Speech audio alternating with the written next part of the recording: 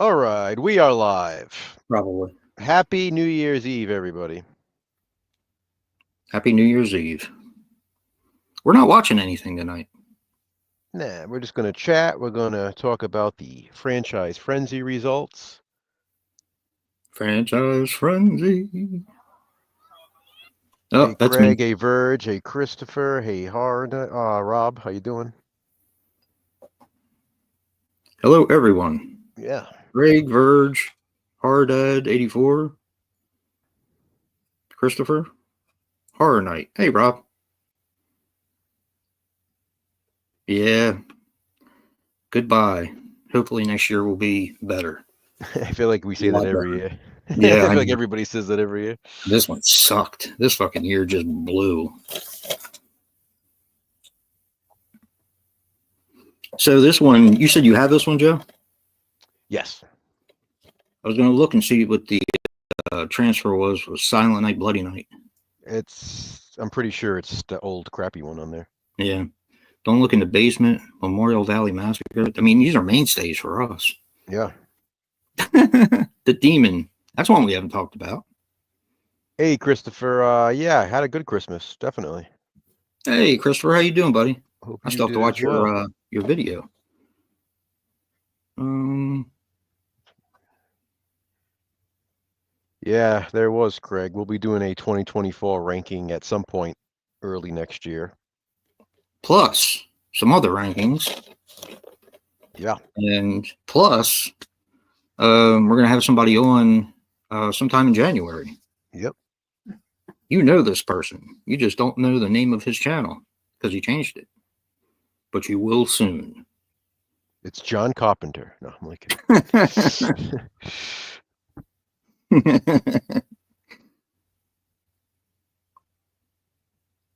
Good Christmas. It was quiet. I liked it being quiet. That how, was good for me. how was it? No, he said he saw Nosferatu today. My daughter's almost brother-in-law saw it, and her sister-in-law saw it, and they loved it. So I need another confirmation because I think Corinne and I are going to go see it sometime later this week. I'm I'll trying not wait. to be able to give it It's next week. too long for the theater for me. Yeah, but it's Robert Eggers, though. Robert Huh? Eggers. Yeah. Um. Yeah, Rob. I love The Substance. I watched it a couple times. I watched it Yeah. when it first came out, and then actually Jason and I watched it together as well. Nothing special. Wow. I'm hearing mix on both. I'm hearing both sides. Some people are like amazing. Some people are like meh. Robert Eggers, huh? Well, I mean, with that being said, you know how I feel about vampire movies, and you're really going to have to do something special to kind of wow me. Especially since it's just really just Dracula all over again. I mean, it's the same story, Yeah. and Nosferatu is the first Dracula. So, Yeah, that's true. I Count mean, Warlock. in essence, you're just remaking Dracula. Once again, Yeah. I was surprised he chose that. Hmm.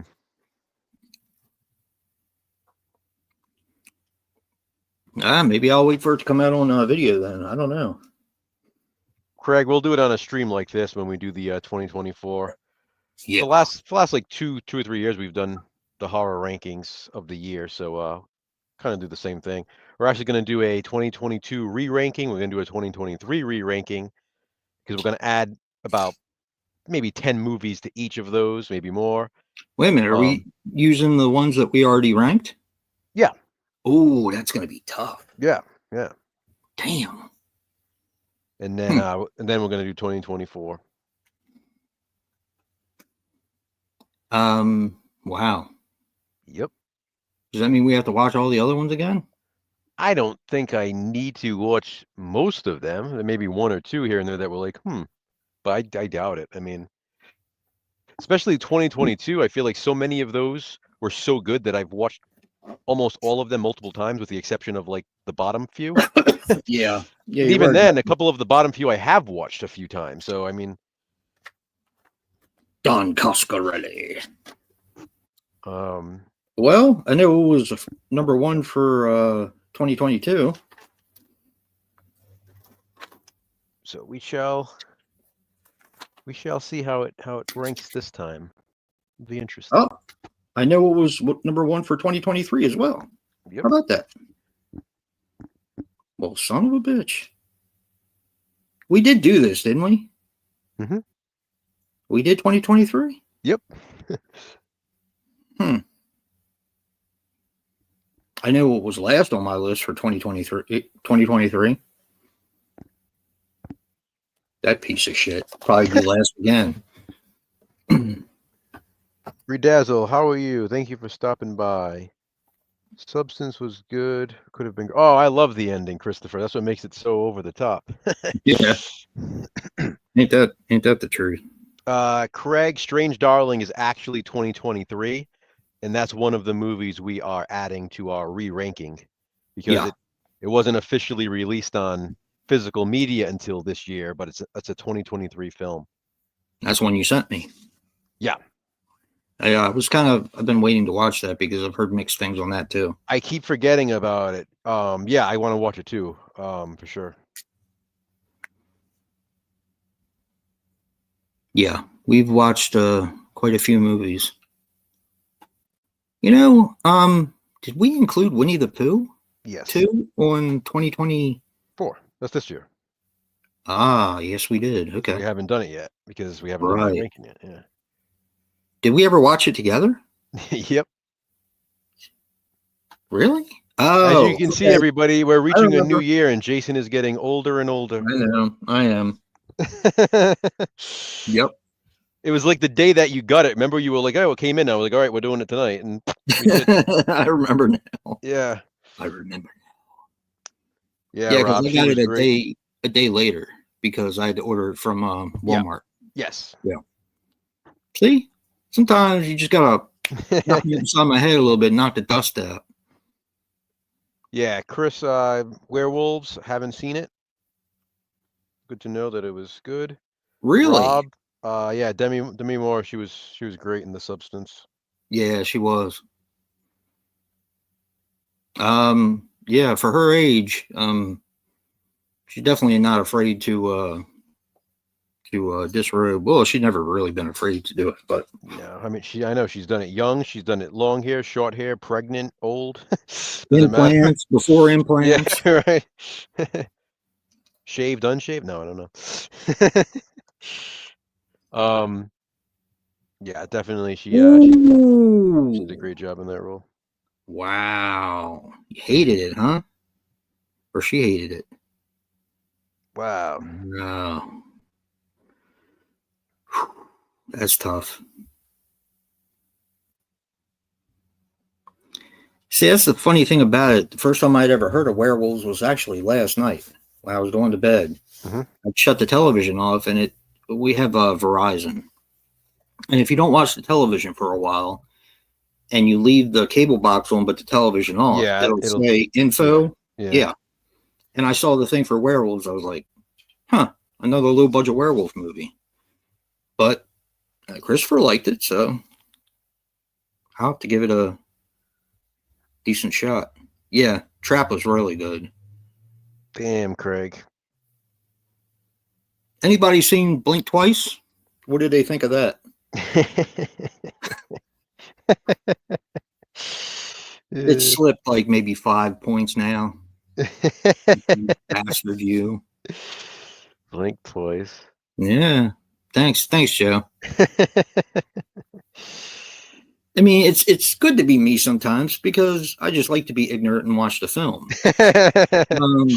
But not that ignorant, but ignorant as in not knowing. And then you start telling me about it, I'm like, motherfucker. I'm still not going with Last Night in Soho. I'm still firm in my belief in that one. I see what you're saying, though. I do see it. That one I think is even more obvious than Blink Twice. I just like it, though. There's something about I like Blink Twice, but liking something doesn't change the agenda. It might. That's the thing. It doesn't, and it's the same way an agenda doesn't suddenly make a movie good or bad. You know what I mean? It's.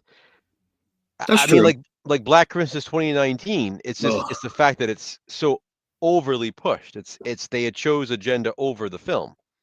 Yeah. Like Soho didn't do that, but they were really pushing the limits. Like, okay, we get it. Like, Yeah, it's, leave it alone. you're getting a little spoon fed now. We understand what you're trying to say. Yeah, we're going to be doing a lot of really cool flicks.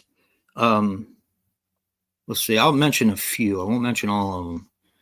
We're going to be talking about Christmas, Bloody Christmas. We're going to add that to one of them.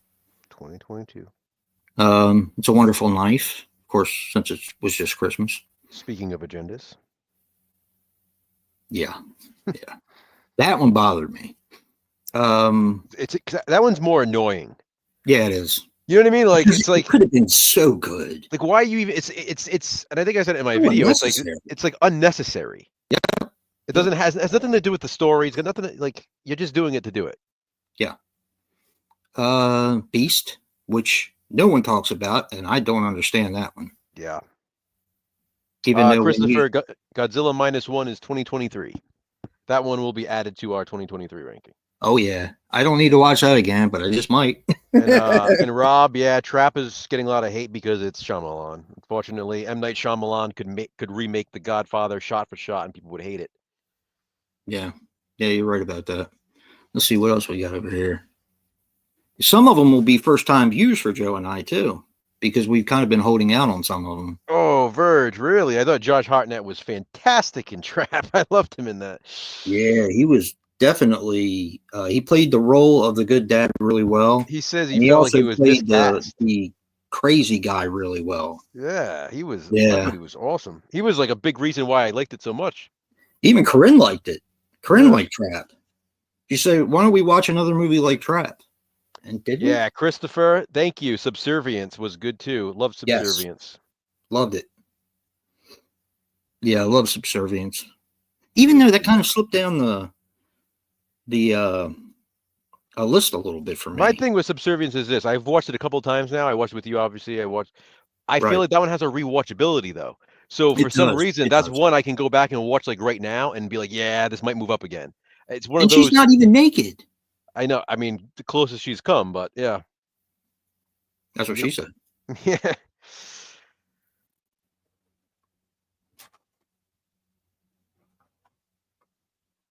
Yeah. Stallone, Craig, love it. Good movie. I See You. I love that movie. Yeah. Christopher, I have not watched those yet. I have seen No Evil. Jason, I turned traitor on him for that one. Haven't watched it yet. Heretic is coming out soon, so I'll be grabbing that and seeing that. I think I left that up here, Joe, so we can watch it. I don't know what the hell you're waiting for because it was fucking awesome. Well, I'm in a giallo mood lately. That's why. I get it. Want to kick. Oh, and a little bit of an apology for those of you who remember my top. What was it? Top 5? I think it was of monthly top 5 or something. But I had that as very. I had. The hell's the name of the movie? Body Puzzle, very high. And Joe and I watched it last night, and don't get me wrong, I still like it a lot. I think the story is great. I love the detective aspect, but it did not hold the same love that I felt for it the first time I watched it. And I think that has a lot to do with the twist. I think once you find out what the twist is in Body Puzzle, I think then you're just left with It's I liked it. It's just I liked it too. It's a very talky giallo. You know, it's a little too talky. But you do pick up on a lot of things when you're watching it, though. You do. I mean, a lot of gialli are talky, but this one I think was maybe a little too talky. Just wait till you watch some of the other ones. Just wait. Oh, like yeah, I'm gonna say it. Deep Red. Where's that? Where's the goddamn thing at? Hopefully, it'll be a lot better on there. I am not a Deep Red fan. We're gonna keep talking about Abigail was 2024, Craig. Yeah. That'll be on our list for the stream for sure. For those of you interested, Franchise Frenzy, we're gonna be doing the results throughout the night. Those of you know that participated or watched the videos, we started Franchise Frenzy at the beginning of the year. Every month we had a franchise frenzy video. For those of you who did participate, we ranked part ones against part ones, part twos against part twos, and so on to find out mathematically, statistically, what is the favorite horror franchise. So a lot of work went into it. You know, Jason and I, we did 60 different franchises. Yep. Some of you did 30, 35, some of you did 15, some of you did 20, whatever it is that you chose.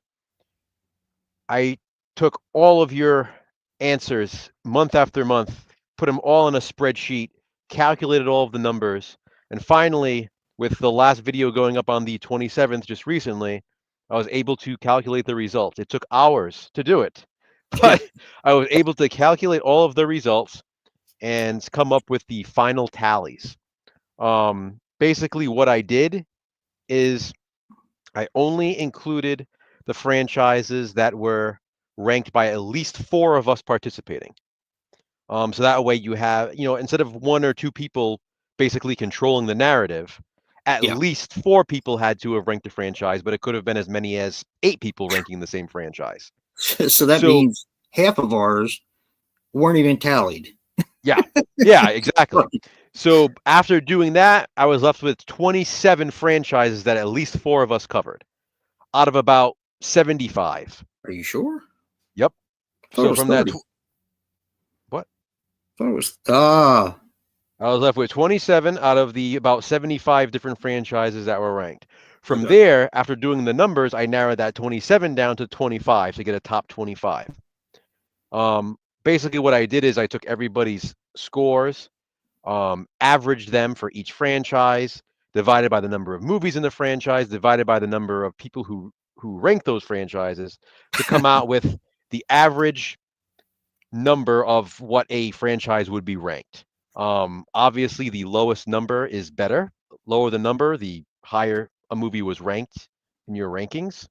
So therefore, the franchise with the lowest score is the number one horror franchise based on the math. So it's not a matter of, oh, this is my favorite franchise, because we went into this thinking this is going to be my favorite franchise, or something Yep. else might be, you know, and there may have been some surprises for some of us. I was surprised. So sometimes you can sit there and say, oh, yeah, this is my favorite franchise. But when you really go through each part one by one, is it really? Maybe one of the movies in that franchise is your favorite overall, but it doesn't necessarily mean the franchise as a whole is your favorite franchise. Of course, you can all say, well, it's subjective, so it still is. Fine, you can say whatever you want. But if you want to look at things objectively, which was the point of this project, it was a fun way to see if the math meets our opinion, if what Yeah. we say is actually true. Let me ask you a question, Joe. Okay. The more people who did a certain franchise, like say the top 3 or 4 big ones, like Halloween, Friday the 13th, Child's Play, Scream, whatever the big ones were, did that affect the numbers that drastically? It doesn't, because in the end, you're getting the average. So Yeah. it really doesn't matter, because you and I, Hmm. there's out of the top 25, you and I covered all 25 of the top 25, Yeah. which is the reason why we wanted to do more than anybody else. So that way we can be covered regardless. So Yeah. no matter what, in some cases, you and I made up half of the numbers. In other cases, we made up a fourth of the numbers. Yeah, that's true. So it doesn't really matter, because even though our numbers will be statistically higher than others because we have more franchises, it's still going to average out accurately. It doesn't matter, because there's Right. nobody. Because of the formula. Exactly. The formula is the Yeah. same across the board. So that doesn't matter. Yeah, I'm So kind of excited. we're going to do this again. We're going to do this throughout the night. We're not just going to list off 25 right in a row. So basically, we'll start with number 25. I'll tell you guys what it is. I'll tell you the average score, and then we'll say a few things about it. Maybe get some opinions from you guys in the chat, and move on to the next one. Yeah. We're gonna keep the conversation flowing throughout the night. We're here for New Year's Eve, so Hey, Anthony. hey, Anthony, Happy New Year's. Cool. Yeah, maybe we'll Uh, do the bottom 5. so let You me want to do start. that? with well, like I said, we'll go in order. We'll go through the bottom 5 pretty quickly. But we can say a few things about each. Number 25. So again, this is based on math. This is an opinion. This is literally out of about 75 different franchises covered. These were the top 25, and coming in at number 25 with an average score of 26.1, which is kind of high.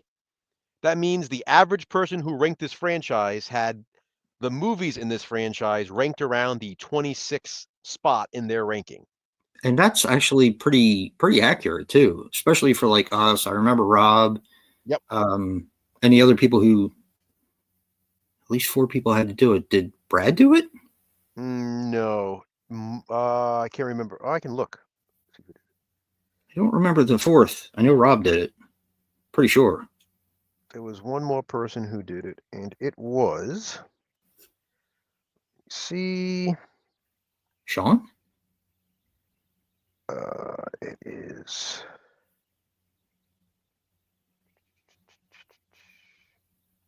Me, you, Rob, and I don't think Dan did it. There was 5 of us that did it, and it was Shannon and Kelly.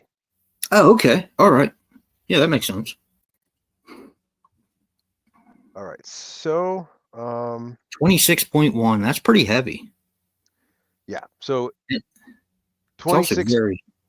So with a score of average score of 26.1, the 25th horror franchise, the 25th favorite horror franchise, according to the numbers, is Jeepers Creepers.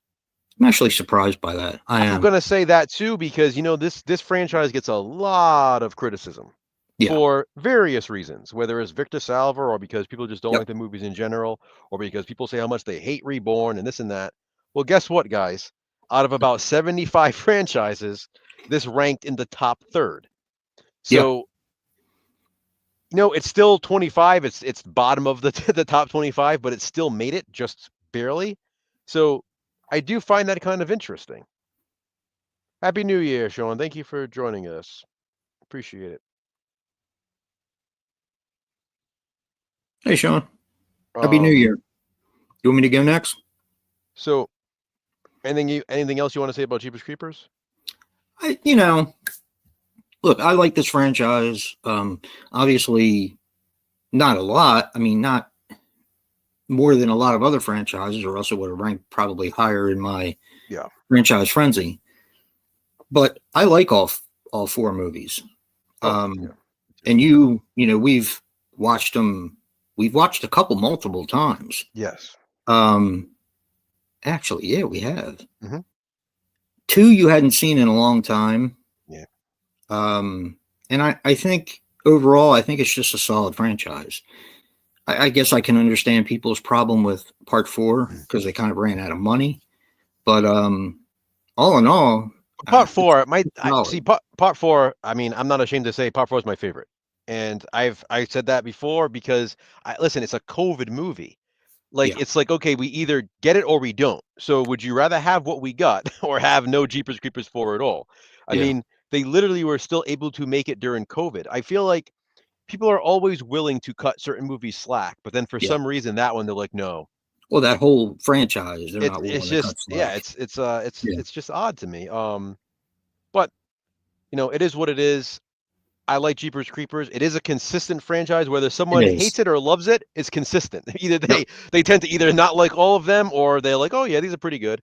So, well, they did throw you a couple twists and turns in Reborn, but that was just they offer a little bit more of the backstory of the creeper in every movie. Yeah, even if it's only a little bit. I like what they did in Reborn, and I like the characters. I love the settings. I mean, the locations is what really did it. I mean, you have the Horror Fest, you have the house. It's just, I really like it. But me too. Hey, Ben. Hey, Mr. Bones. All right. You want to go at number 24? We have. 24, I think, is an incredibly solid franchise.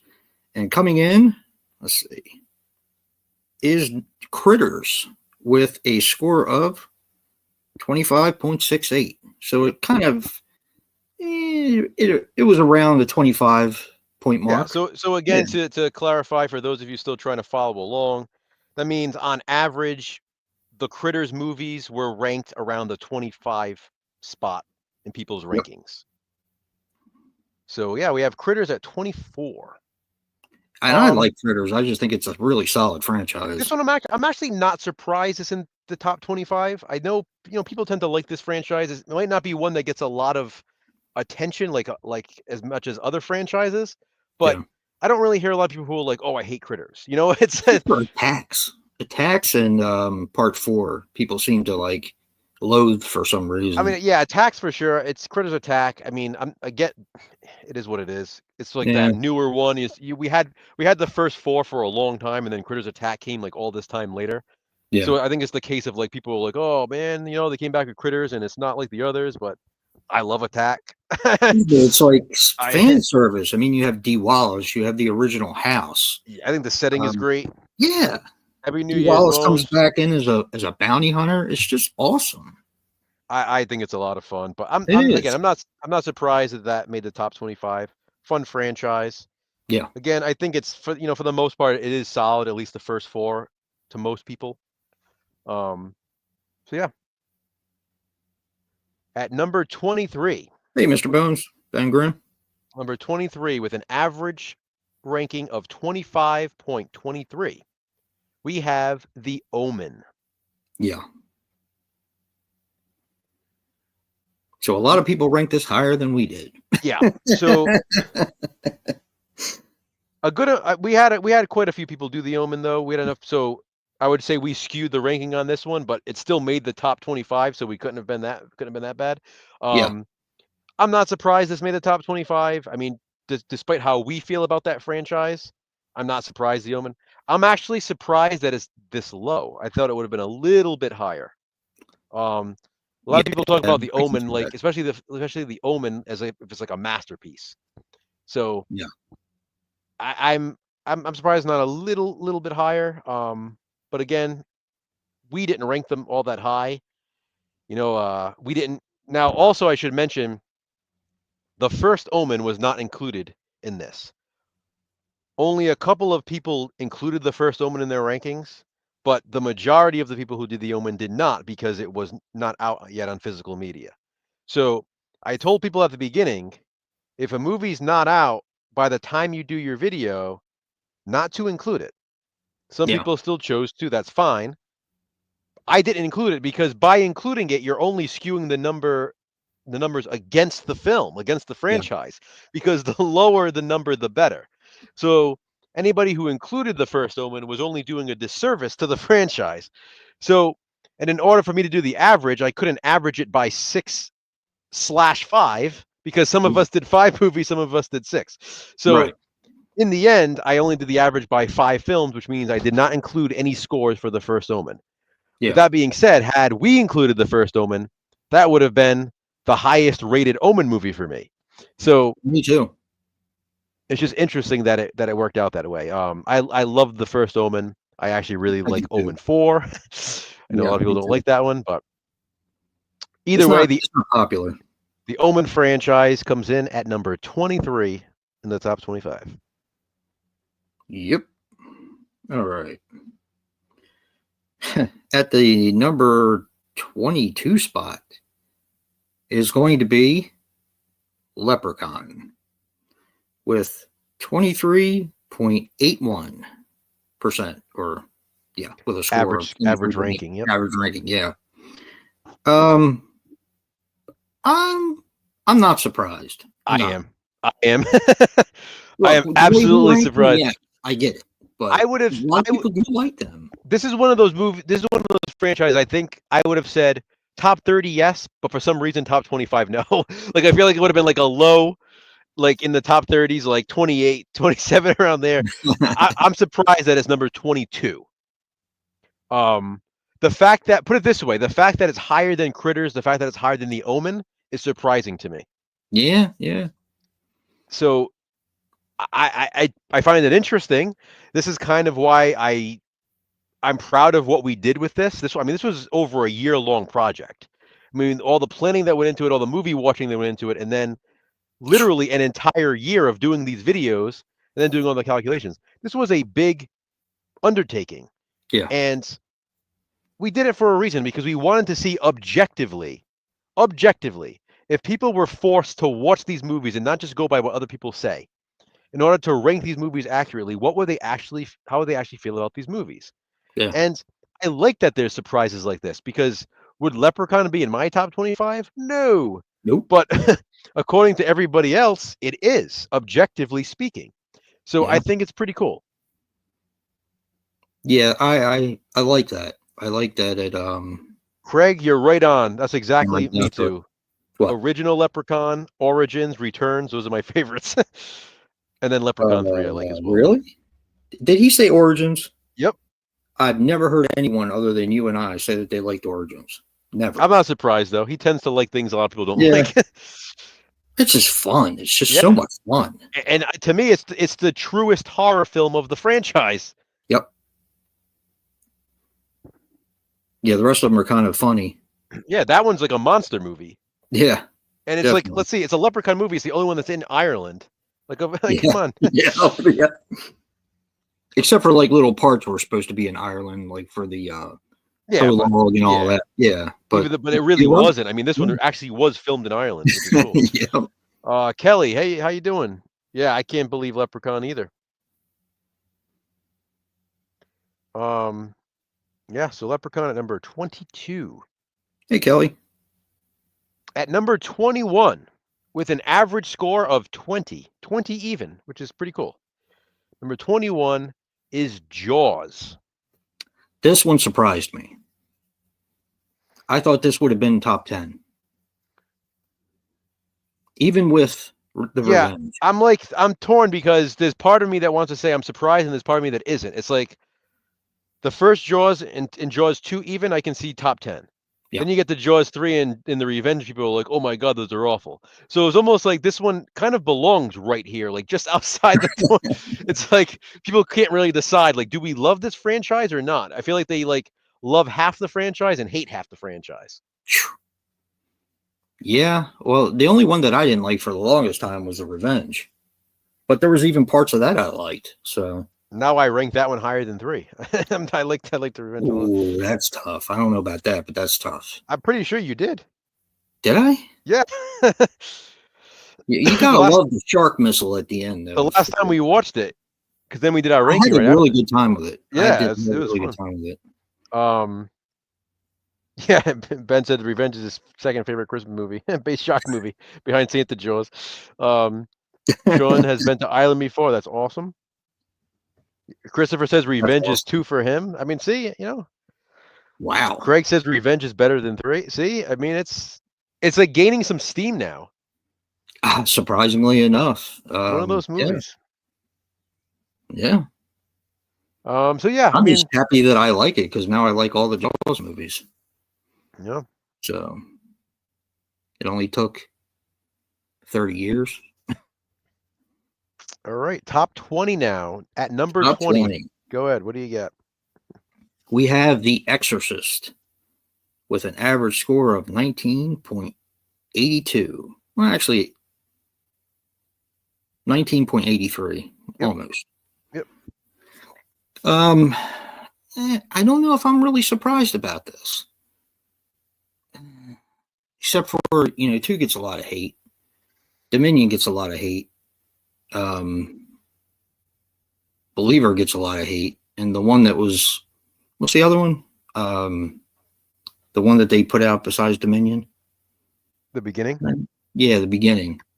All those get hate, but then you have the ones that are universally loved, like Part 1 and Part 3. And then... And even the Ninth Configuration. The Ninth Configuration did well with people, so... Yeah. So yeah. I think The Exorcist is maybe a perfect example of what we're doing here with Franchise Frenzy, because when you think of The Exorcist, like even looking at the list, like looking at it, I have it just under The Exorcist, and I see The Exorcist and I see it at number 20, and I'm like, huh, that's kind of low. But then you have to think, well, wait a minute, but let me think about the sequels here. And then it's like, because we're not judging just based on the movie, we're judging it based on all of the films in the franchise. So people may have The Exorcist in like their top 5, maybe people even have it at like number 1. But guess what? When you have the first movie at number 1, but you have Part 2 at like number 30, Yeah. That's going to change things, you know? Yeah. Um, That's for sure. Me too, Craig. I agree, Rob. Loved Believer. Awesome. Yeah. Believer's awesome. Yeah, Sean. Cool Jaws. I So like yeah, Cool Jaws. I think it's just kind of stupid, but it's so the fun. so the Exorcist for me, definitely, I feel like it's like I get it. Like it makes sense that it made the top 20, but I also get that it's number 20, like that is this low because of the sequels. Yeah. Because I people guess do I can see not treat those like people do not like those movies. that. We don't even like the Dominion in the beginning, Yeah. really. I mean, they're not bad films. I mean, they're watchable films. They're just too long, too drawn out. Yeah. So it's like There- maybe I've watched them maybe 2 or 3 times, and that's probably it for me. yeah, those are definitely movies I don't see myself wanting to revisit often, if at Nah. all. It just yeah. All right, number 19. Now this one was a big surprise for me. This was a big surprise and a pleasant surprise. At number 19, again, out of about 75 horror franchises, Very with, surprised. with an average ranking of 18.55, we have Children of the Corn. Yes. Which some people have said is the biggest dumpster fire It, it's franchise that there is. it's amazing to me. You have 11 movies in Children of the Corn, which means there's a big possibility that that could do really poorly, especially with the Yeah. way people talk about them. But again, this is why we wanted to do this because it forced people to watch these movies that maybe they haven't seen in a while, or maybe they haven't seen Or at at all. all. Yeah. And they watched them and I remember I watched every single one of your franchise frenzy videos in order to get these results. And I love seeing people saying, you know what, this one wasn't that bad. Or I actually enjoyed this one. Well, this one was pretty good. It's like, huh, imagine that. It's like, it's not to say any of you are the ones talking poorly about it, but you hear so many people criticize this franchise, saying it's one of the worst ever and they should have stopped making them after part one and this and that. Well, guess what? 11 films in, and you have it's literally the number 19th favorite horror franchise out of about 75. And that's why we did our ranking for that live. Remember? Mm-hmm. Because people were talking so poorly about it. We're like, wait a minute. There's a lot of movies in the Children of the Corn franchise that I liked, and there ended up being even more so than I remember. So I think it's a solid franchise. But, I guess everybody's different.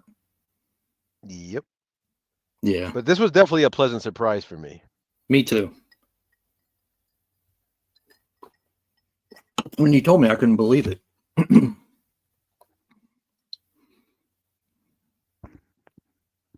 What about some of the franchises that didn't make it? That didn't make the cut? What's that? Like Witchcraft. Yeah, like I said, I only included ones that at least 4 of us covered to make it fair. But it would have been interesting to see where those others ranked. I mean, you and I know our own personal rankings, so we kind of know where they rank. But yeah. Christopher says TCM is his favorite franchise. Really? I mean, I'm just gonna say this. You're saying it is, but hey, maybe Franchise Frenzy would have told you differently. but no, we'll see where Texas Chainsaw Massacre lands. I will tell you, it is in the top 25. So we will be getting to it at some point tonight. Really? Well, It's in the top 25. I thought you were gonna narrow it down further than that. no. No, because honestly, there are some surprises here. Yeah. If you look at our number 13, okay? Look at our number 13. Tell me that you didn't think that would be higher. I did. Not because of us, but because of other, Well, the next one after Children of the Corn, I didn't even think it was going to be on the top 25. Really? All right, so why don't you go with that? Number 18. What we have is number 18 was a big surprise for me, and that is Wrong Turn with an average score of 18.5. Yep. I'm not surprised it did better than Children of the Corn, but listen, then I am surprised that those two are in the top 25. It only did better though by 0.05 of a point. Think about that. I mean, personally, I love the franchise, but a lot of people just chalk it off as just a silly, goofy franchise that is like a wash off. You know what I mean? Yeah. So I don't know. I'm surprised. I really am. Some of these I'm not surprised at all, and some of them I'm surprised that they're even on here. I guess I'm not surprised with Wrong Turn only because I'm looking at the results and I'm seeing these others that it's like, okay, well, if Leprechaun made it, for example, I'm not surprised Wrong Turn is where it is. Yeah, You know, I guess. that kind of thing. Yeah, I and mean, I do Wrong love Wrong Turn, Turn. our positive spit was it controversial view for Wrong Turn 6 that we did? Yeah, That's one of like that was one of like our most watched controversial views. Like, so there's got to be some kind of popularity there. yeah. I think a lot of people remember the time where that was pulled off the shelves, and I Yeah. think a lot of people wanted to hear the story Hmm. because you and I both have stories from then that I couldn't obtain a copy. You went out and bought a few, Yeah. and it was just one of those things that people were selling them for so much money Yep. online when they had one of the ones that showed the pictures of the dead person. Mm-hmm. So I think people are actually curious about that kind of thing. And just like you said yesterday, the movie that we're going to be talking about soon that doesn't have it on the spine, maybe that's one of those that's like that. Hmm. How would Um, franchise frenzy change your mind? What your personal favorite? Well, again, it's like in an objective sense, Ben. I'm not saying it's changing anybody's opinion. That's why I sort of had a prologue saying that. It's one thing to say, like I mean, like Jason did not think his number one franchise was going to be his number one franchise. nope, not even So close. in that sense, yeah, I mean, it does change your view. I'm not going to say it changes your opinion, but you go in thinking something's your favorite franchise, but when you're actually stacking these movies up against each other, what makes something somebody's favorite? Yeah, I mean, you know what I mean? Like if you say like if you say pizza is my favorite food, but then you have the choice between okay, you can only eat pizza for the rest of your life, or you can only eat hamburgers for the rest of your life, and you choose hamburgers. Well, guess what? Pizza's not your favorite anymore, is it? Because you chose something. Why, you know? So that's I mean, true. that's kind of what franchise frenzy did. It's like you think something might be your favorite because you're so used to either saying that or because it's a movie that you watch a lot. But then Yep. when it really comes down to it, if you're being true and you're not just picking what you want your favorites to be, and you're saying, listen, what am I more likely to watch? Would I rather watch this or this? If I like again, like I just said, would I rather watch this for the rest of my life and never see this again, or would I rather choose this? That's kind of how we do our rankings because how else do you rank stuff? So that is how, to me, it affects your view on something No, because, it's the two. yeah, Well, look at it this way. Here's an easier, not an easier way to put it, but I've always said my favorite franchise was Friday the 13th. yeah, And I love Friday the 13th. Don't get me wrong. It mm, is still one of my favorite franchises. But when you look at a series like Phantasm, which Joe and I have watched back to back multiple times, we've gone through the entire franchise. hmm, There's not a dud in the franchise as far as I'm concerned. And I know as far as you're concerned, Joe. yeah, yeah. But there are movies that I will skip in the Friday the 13th franchise. So when you really balance them That's out, exactly, and that's yeah, just it. People yeah, are people focus like, okay, they may have like 3 or 4 movies they love in a franchise. So yep, because of those 3 or 4 movies, they're like, that's my favorite franchise. yeah, Maybe and those can still you can still prefer those 4 movies over 4 right, movies in any other franchise. yep, But as a whole, that doesn't mean that's necessarily your favorite franchise. It just means that you like those 4 movies more than other movies and other franchises. yep, So there is a difference there. And that's the point is to see overall in its entirety what is the favorite franchise. And I yeah, think that's what's unique about it. And we got this idea, remember, this idea from people basically saying something like people claiming that they love Halloween. Halloween's my favorite franchise. But yeah, then crapping over like every sequel that comes out and like talking about, oh, nothing compares to the first movie. So what a lot of people do is they think, okay, Halloween is my favorite horror movie of all time. So somehow that makes Halloween their favorite franchise. yep, But that's not necessarily always the case. Like Halloween can be your favorite movie, but that doesn't mean you love all of the movies equally in that franchise to make it your favorite franchise. right, So that's kind of what we proved. with franchise frenzy, and in a lot of ways, it kind of proved that hypothesis. Like in these results, it's like, see that right there? Like we thought certain things would be higher, we thought certain things would be lower, and it's just not the case. I mean, Yep. even stuff that we don't necessarily like a lot ranked high, and stuff that we love may have ranked low, because Yeah. it's not just based on us; it was based on everybody Everything. that participated. Yep. So it was more of like a small sample, but I invited everybody to participate, and I took everybody's opinion and And everybody's scores. numbers Yep. and into the calculation. So it's pretty cool. Yeah. I had a really good time with it. Exactly, Christopher. That's exactly it. Like it's about personal taste. Like I rank movies not on what I think is the best film made. Don't get me wrong, that might play a small part if I'm like really if something's really close for me.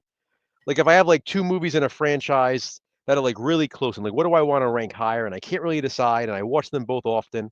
It's like okay, well maybe this one's slightly better made so that maybe that one will get the edge. But for the most part, it's about like I always say for me, nostalgia, rewatchability, overall enjoyment. It's really comes down to those three things.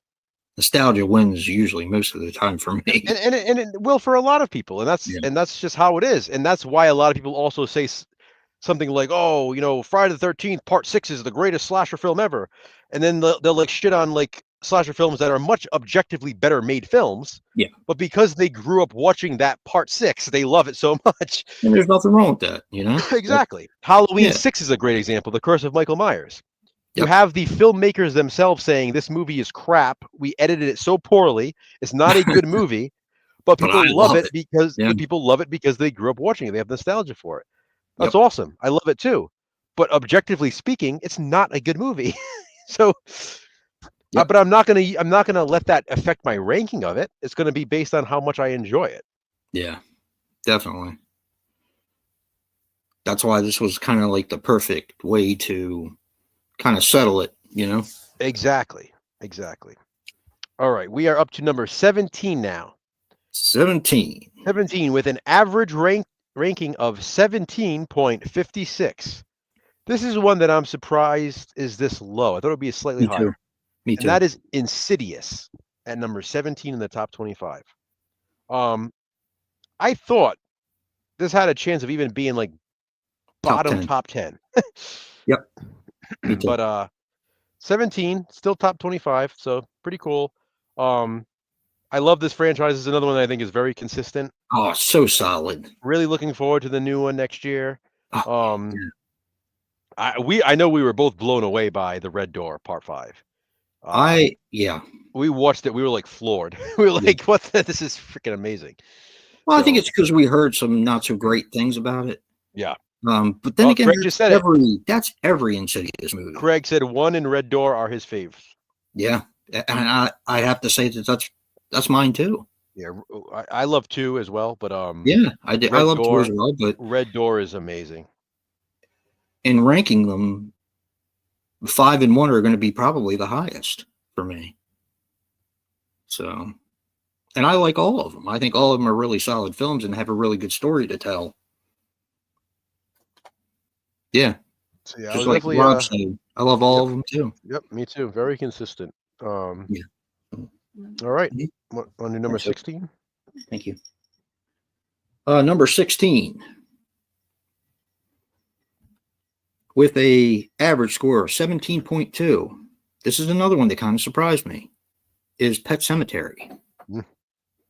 Even though I've finally been won over, Joe kind of won me over with Pet Cemetery 2 because that was I guess that was my bugaboo for a while. I didn't really care for Pet Cemetery 2 that much. But I don't know. It had been so many years since I saw it. I watched it with Joe, and it really adds a considerable amount to the rest of the franchise. It does. It's an important sequel in that franchise. And plus, I had this thing about killing animals and stuff. And I think that it affected me more when I was younger watching it. Yeah. Don't take this the wrong way. I'm not a cat person, so Church can go fuck himself. But when you killed the dog, I was like, oh, come on. That's just the way I was when I was younger. It was inevitable though. I mean, you had the Yeah, cat it in the was. first movie, you needed the dog in the second one. Oh yeah, definitely. And plus, when they were talking about the dog in the first movie, which they ended up Yes. showing, yeah, Yeah. But I also love that what's his name? Zowie, the dog in Pet yeah, Sematary 2. I Zowie. love Yeah, you're how right. Zowie comes back and protects Yeah, the kid, Jeff's friend. I love that too, like how that's like part of it. Like he's like protective of him, even though he's like the zombie dog now. it's such a good movie. It really is. Hey Mark, Merry Christmas, Happy New Year. Great to see you. Yeah, Rob, I agree. Pet Cemetery 2 is definitely Mark, underrated. Um, I like it a lot. I've always liked Pet Cemetery 2, but and it it's is fun to it's go back and because I probably wouldn't have watched Pet Cemetery 2 for another 10 years or maybe even longer. But since we were doing it for Franchise yep, Frenzy, and that's you have another to get reason. through all the films. Exactly, and that And was another key with Franchise Frenzy. It forced even us to watch movies yep, that we might not have watched for a long time again, I had or the maybe. DVD sitting around here for a long time and I had never cracked it open. I think it was brand new and sealed, actually. I mean, think even though we saw the majority of them. I mean, a lot of movies were first time watches in Franchise Frenzy for us, and by the end, we watched 60 franchises in their entirety. 60 franchises for this, just for this alone. You know? Christopher. Oh, thank you. Yeah. That's all right. We'll get some more tomorrow. The new year is fast approaching. Yep. All right, Joe. What do you got for number So at number 15? at number 15 This is another one that surprised me. with an average score of 15.04, Final Destination. Yeah. I thought that this would have been a lot higher. Yeah. I thought that this had a really good shot, like you said, of Insidious, of cracking the top 10. Yeah, it could have been up there for sure. Yeah. Wow. We got a new one of those coming out next year too.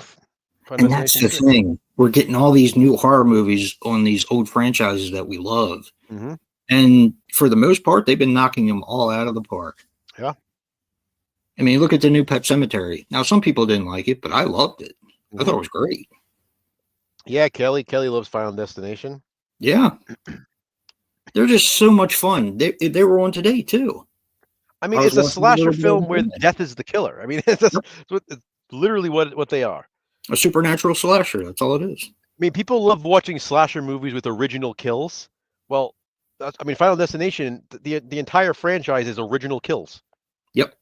It's like literally trying definitely. to instead of trying to solve the mystery of like a whodunit slasher of who the killer is, you're trying to figure out the mystery of how will this next person die. Yeah. Like what like, oh my god, will it be crushed by this or will it be stabbed by this and they end up getting shot by this? And death has a plan. Yeah. Yeah, I love the Final Destination movies, and I can't wait for the new one. I hope the new one's going to maybe tread some new ground, but kind of keep it in the same vein as the original 5. And Final Destination 5 has one of the greatest twists ever. I mean, jaw the dropping. Ending for Every that time I watched that, floored me. It's like, son of a bitch. It still does. Every time I watch it, it still floors me. So good. I'm like, son of a bitch. Yeah, Christopher, with Elijah Douchebag, Elijah Dushku, Soul Survivor. Yeah. I haven't watched that in a long time. Me neither. I liked it though. I remember that one. Yeah, I remember liking it too. I've had it in my collection for freaking years. All right. 14. 14 is one of my favorites, so I'm glad it made the top 25. Yeah, I am too. And well, I'll say it after I get done this. Number 14 is Tremors with an average placement of 14.8. That's pretty damn good. And let me say something. I had only seen really 2 of the Tremors movies. Yeah. I thought I saw 3 and 4, but I didn't. When we watched these for Franchise Frenzy, you were watching most of them for the first time, which was fun. Blown away. Yeah. Blown away by the series as a whole. 2 is still the one that I have a little bit of trouble getting through, but I still like it. And the rest of them, man, the ending. I mean, this is I think it was Kelly that said the ending. Kelly and Shannon that said that the ending was so heartbreaking, and it is. It is. It is. It's a strong 7-movie franchise Yes. with a fantastic finale, and it's also a Final Guy franchise. Yes, it is. Yes, it is. From start to finish. 100%. Final Guys. Yep. You know, it's not like Elm Street 2, which, you know, is a Final Guy movie. Like, from start to finish, the 7 movies, it's Final Guys. Pretty cool. See now, Mark, Joe and I are going to actually sit down and probably watch the series that came out. We had talked about that for a while. We had talked about that, and of course Hannibal and Ash versus the Evil Dead. Yep. So, you know, these are things that I definitely want to get to. Yeah, Kelly loves Tremors. I remember her ranking. Oh yeah, pretty high. definitely. Yeah. And it was so fun hearing everybody's rankings of these films, because I know how I feel about them. Mm-hmm. But, you know, just seeing how other people feel I had like a blast. the same way. Oh, exactly. So I had a blast watching these videos. You know, every month when they came out, it was pretty cool seeing where they're going to rank. And you know, and for me, a lot of these videos I watched more than once because I was keeping track of the numbers too. So yep. I literally had like my what do you call it, my spreadsheet open while I was into the video. So sometimes I have to go back and watch again, and Yep. really enjoy doing this. And it's crazy that it's over now. Yeah, I know. And it just seems like it hasn't even started yet. Like we're talking about it for the first time. I feel like we were just planning it. I feel like you and I were just making a list of the franchises we were going to include. We should talk about that a little bit tonight. About I mean, we went from like, oh, we only do 20 to 30 to 40. Now all of a sudden we did 60 franchises. Yep. But and I remember every day it was something different. It was like, do we really want to do 30? How about we just do 10? And then we ended up with 60. And all these franchises that we could have done to make it probably 80. Yeah. Maybe more. Yeah. It's just crazy. It really is. Yep. And I love the diversity of the franchises that everyone else did. Like, we didn't do Hammer's Dracula or Hammer Frankenstein, but other people did. Yep. And I loved hearing about them. Exactly. Loved hearing about them. So Rob did Resident Evil. Yep. A couple other people did Resident Evil. People did it. Yep. Yeah. And I really enjoyed hearing what they had to say about the franchise. It was just it was a really fun experience. Like I told Joe, the videos didn't do that well, but I'd do it again tomorrow. So. All right. Number 13. Now, this one was a surprise for me because I thought this was going to be top 10 easy. Number 13 with an average score of 14.05. Child's Play. Yeah. Yeah, Craig. Yeah, so Child's Play, 13 out of 75. You know, as far as, you think of like favorite horror franchises, and Child's Play is one that a lot of people say, oh, this is my favorite franchise. Yeah. Or this is one of the most, consistent franchises. This is one of the strongest horror franchises. Well, guess what? It only came in number 13. I expected it to be a lot higher, especially with the Chucky movie. I mean, the Chucky series, that was still going on when we were doing Franchise Frenzy. I really expected it to be higher. Thank you so much, Gary. Yeah, thank you, Gary. That. I was expecting Child's Play to at least be like top 7. Yeah, me too. Because it's one of the big franchises. I mean, Chucky is an icon. He's a horror icon. I mean, shit, even Tiffany's a horror icon now. So, I mean, she's been in so many of them now, and she always gets placed next to Chucky with in the figures and all that. So, yeah, I was really, really surprised. Yep. Definitely surprised. And it really, sad to say, I do look at that series in a different way now since we rewatched them. But overall, it's still it's still a decent series, overall. But I definitely look at it differently now. Thank you, Mark. Yeah, I do too. Unfortunately, it's Yeah. just. But Thank you you, know, Mark. when we rank these, we really tried to rank each individual movie as each individual movie. You know, we Yes. didn't because we're not ranking Child's Play 2 against Child's Play 3. We're ranking Child's Play 2 against, Tremors 2 and Halloween Yep. 2 and so we Friday the 13th part 2. every individual movie was ranked based on its own merits. So, Some you ways it know, was easier, and some ways it was harder to do it that way. yeah. Yeah. I really, like I said, I really had a fun time with this. I really Verge did. has only watched Child's Play 1 through 3. Interesting. Own two others but haven't watched. I love Curse of Chucky, just Me too. throwing that out there. Great movie. Mark, Terrifier 3 is really good. It is my favorite of the Oh, Terrifier movies. yeah. As And Christopher. much shit as I gave Terrifier 2 is how much I like Terrifier 3. Absolutely. And Yep. Christopher can't wait till top 3 Thursdays. Yes. Yes, Christopher. Heck yeah, man. I can't wait to Oh see what you yeah. come up with. Hell yeah. I am definitely dying. There's going to be a lot of really cool themes. I don't know too many, but there's going to be a lot of really cool themes. I'm sure. Let's see. Craig says Terrifier 2 is the best movie. I think a lot of people think so, but I like 3 better. Well, I will say this. I do like Terrifier 2 more now that I've seen Terrifier 3. Because Terrifier 2, it made more sense to me after watching Terrifier 3. I Like, do it too, answered but some more questions. I like it more, but Terrifier 2 is still last place if I Oh, rank yeah, them. definitely. For me, So too. that's just thank you, Christopher. I thought it was a pretty cool idea. Like I said in my video, I feel like it sort of merges like Tuesday Top Tuesday and Slashback. It's Yep. like, it kind of merges those two series together into something new. All right. Let's see. You did Number Child's Play. 12. Number 12. And this one surprised me because I'm also surprised that it wasn't hand in hand with its kind of brother Almost though. It almost franchise. is. Yeah, it was close. So number 12 is Predator with 13.82. Yep. Which is, it doesn't surprise me. It doesn't surprise Nope. me. I'm actually not surprised at all on this one either way. No, me neither. And here's another one where Predator 2, I was not a fan of Predator 2 Thanks, Kelly. until I watched it for Franchise Frenzy.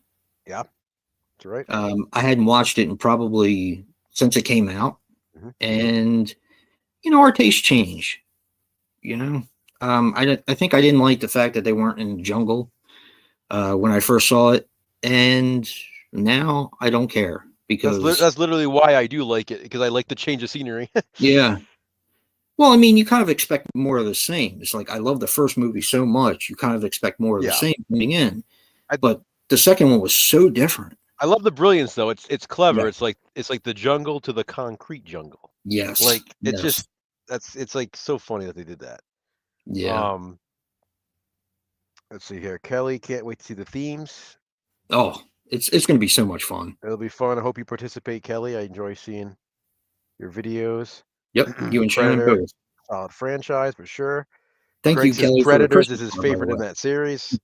Mark says he rewatched The House of Wax. Which I feel is underrated. Mark, we did a controversial view of House of Wax. If you haven't watched that, please do us a favor and go watch those videos, because there's an interesting controversy behind that one that you may or may not know. Yeah, I was kind of surprised when you told me about it. I didn't know about it. And Rob always loved Predator 2. Yeah, Predator 2 is pretty good. I like that we get the first. I love it now too. I like that we get the first tease too of the crossover between Alien and Predator and Predator. Yes. Yep. Great fun. I like when they put little things in the movies like that. It's just, to me, it's just really cool. It's interesting though too with Predator is that it's number 12, which I'm not surprised, but you have people who criticize Alien versus Predator, who criticize Alien versus Predator Requiem, who criticize Predators, who criticize The Predator. You have a good chunk of those movies that get a lot of crap. Yeah. but the franchise still ranked at number 12. So that means even if some of those movies that I just mentioned ranked a little bit lower than some of the others, at least people like those better than a lot of other movies and other franchises. That's true. So they can't be that bad for it to rank that high. Hey, you get to do the next one, which is actually perfect. Oh, yeah? Yeah.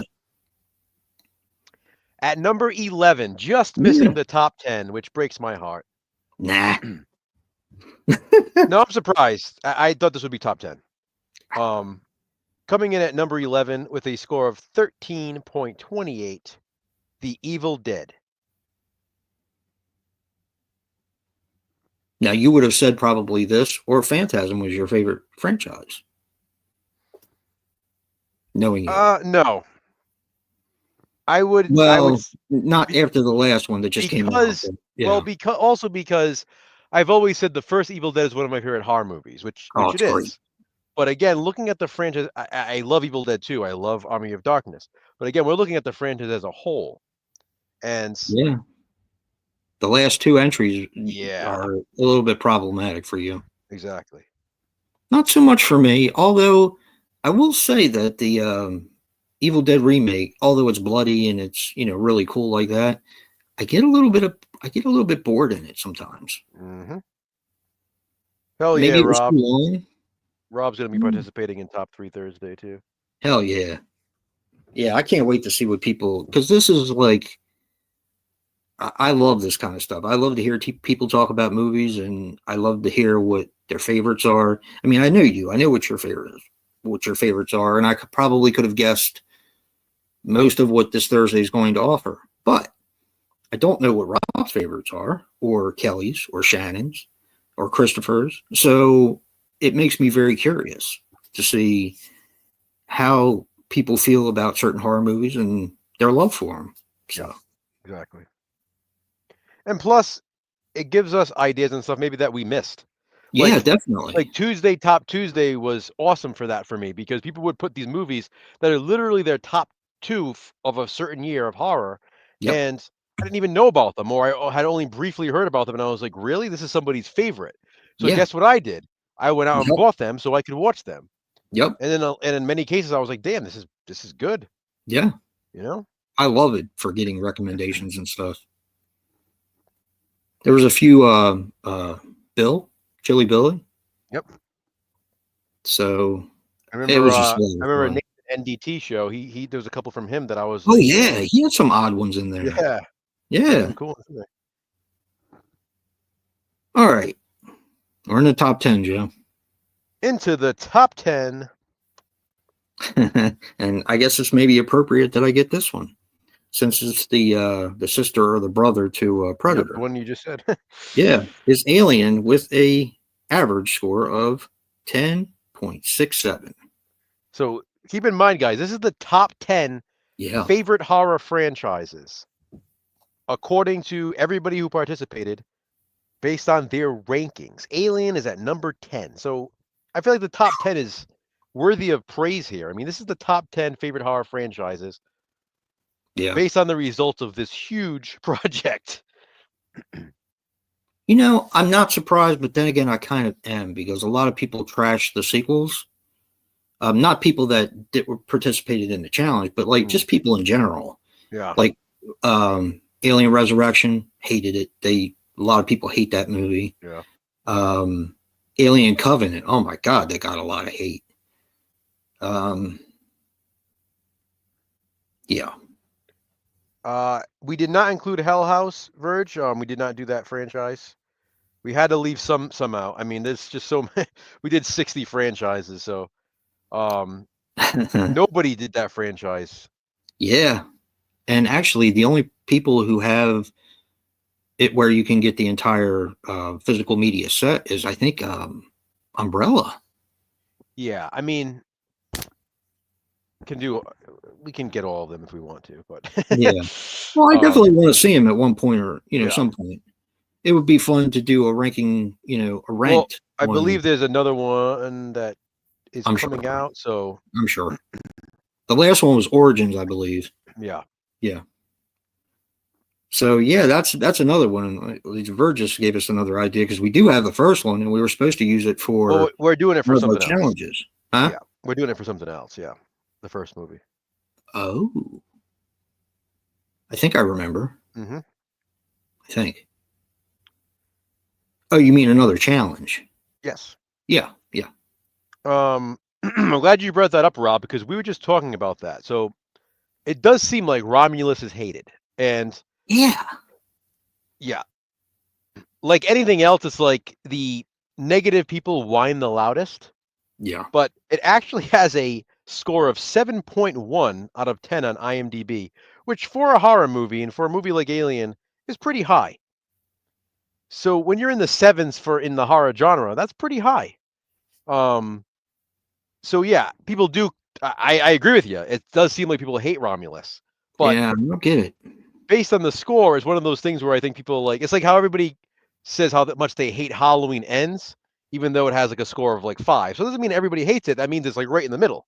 That means, out of 100 people, 50 are rating it a 10 and 50 are rating it a 1.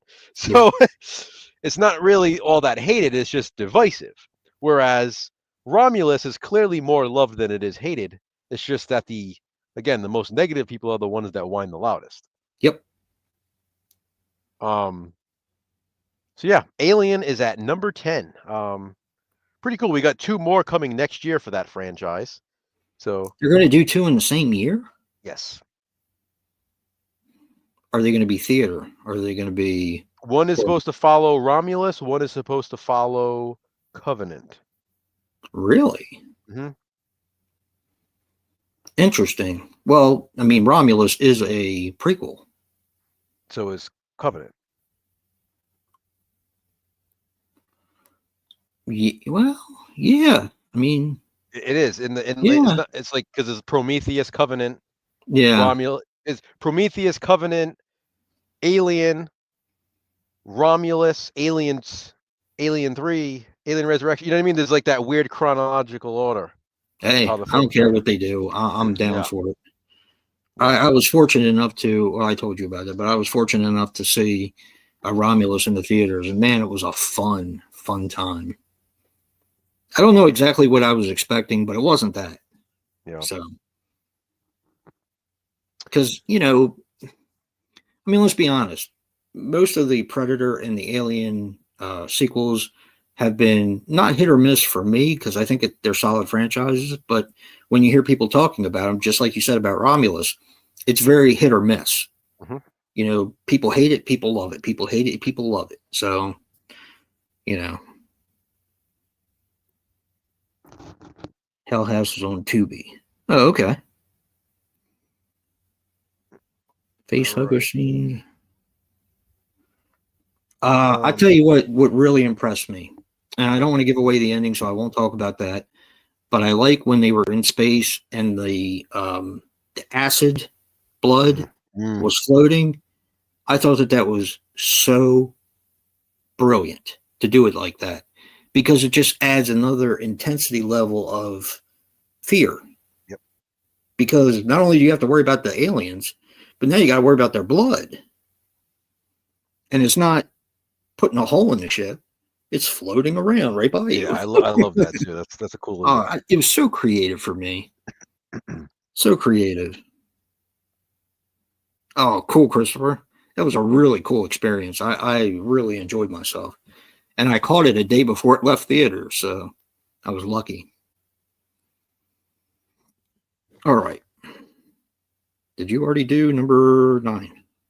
Nope. Number 9. Ooh, We we are at number 9 with an average score of 9.83. yeah. We have The Conjuring franchise. I'm very curious to see what you guys think about that. I'm not surprised. I'm not surprised at all. Yeah, I'm not. I'm not surprised at all. but covering everything that it covers, Hmm. all the movies and different franchises within the franchise Yeah. that it covered, well, there are new franchises within, well, not No. yet. There will Yeah. be. You Yeah, have there will you be. have you have 2 trilogies right Yeah, now. You have a pair of double films and then a standalone. yeah. So, I mean, that's a lot.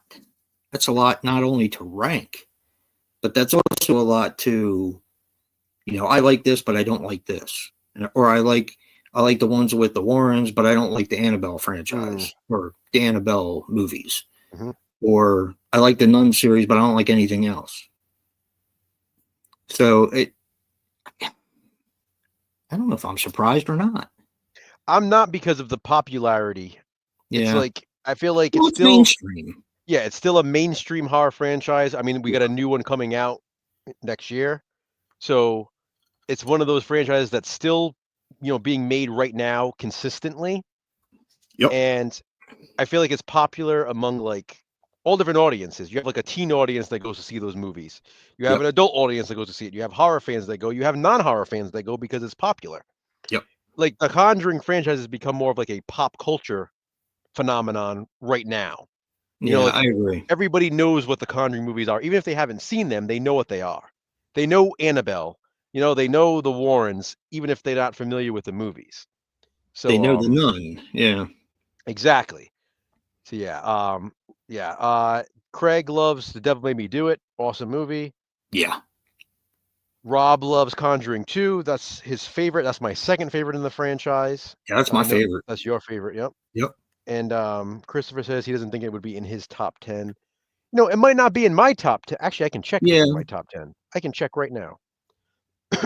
um, it was number 11 for me I just missed. for my personal franchise frenzy. For Jason, I think it was in my top 10.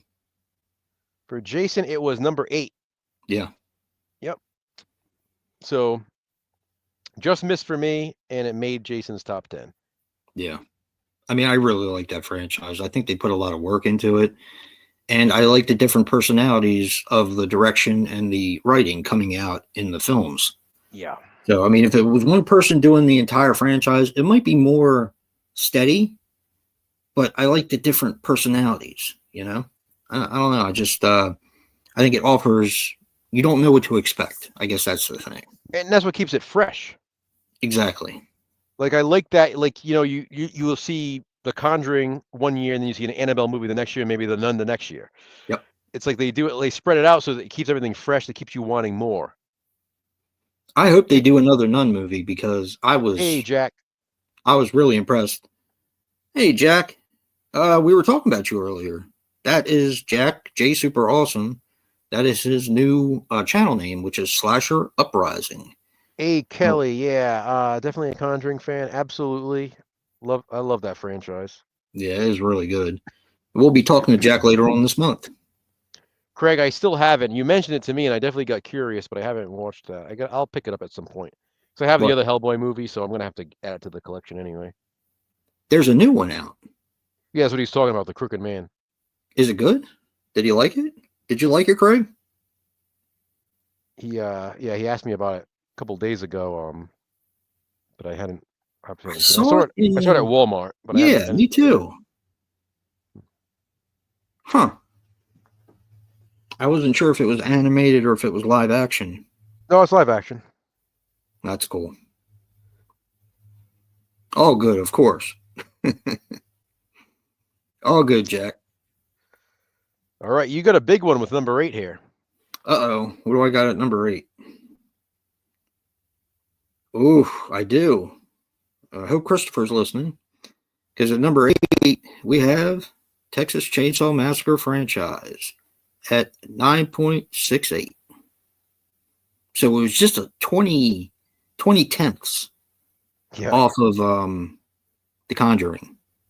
Yeah, 2/10. Yeah. 2/10. Yeah, I was surprised. Yeah. I'm not surprised it's in the top 10.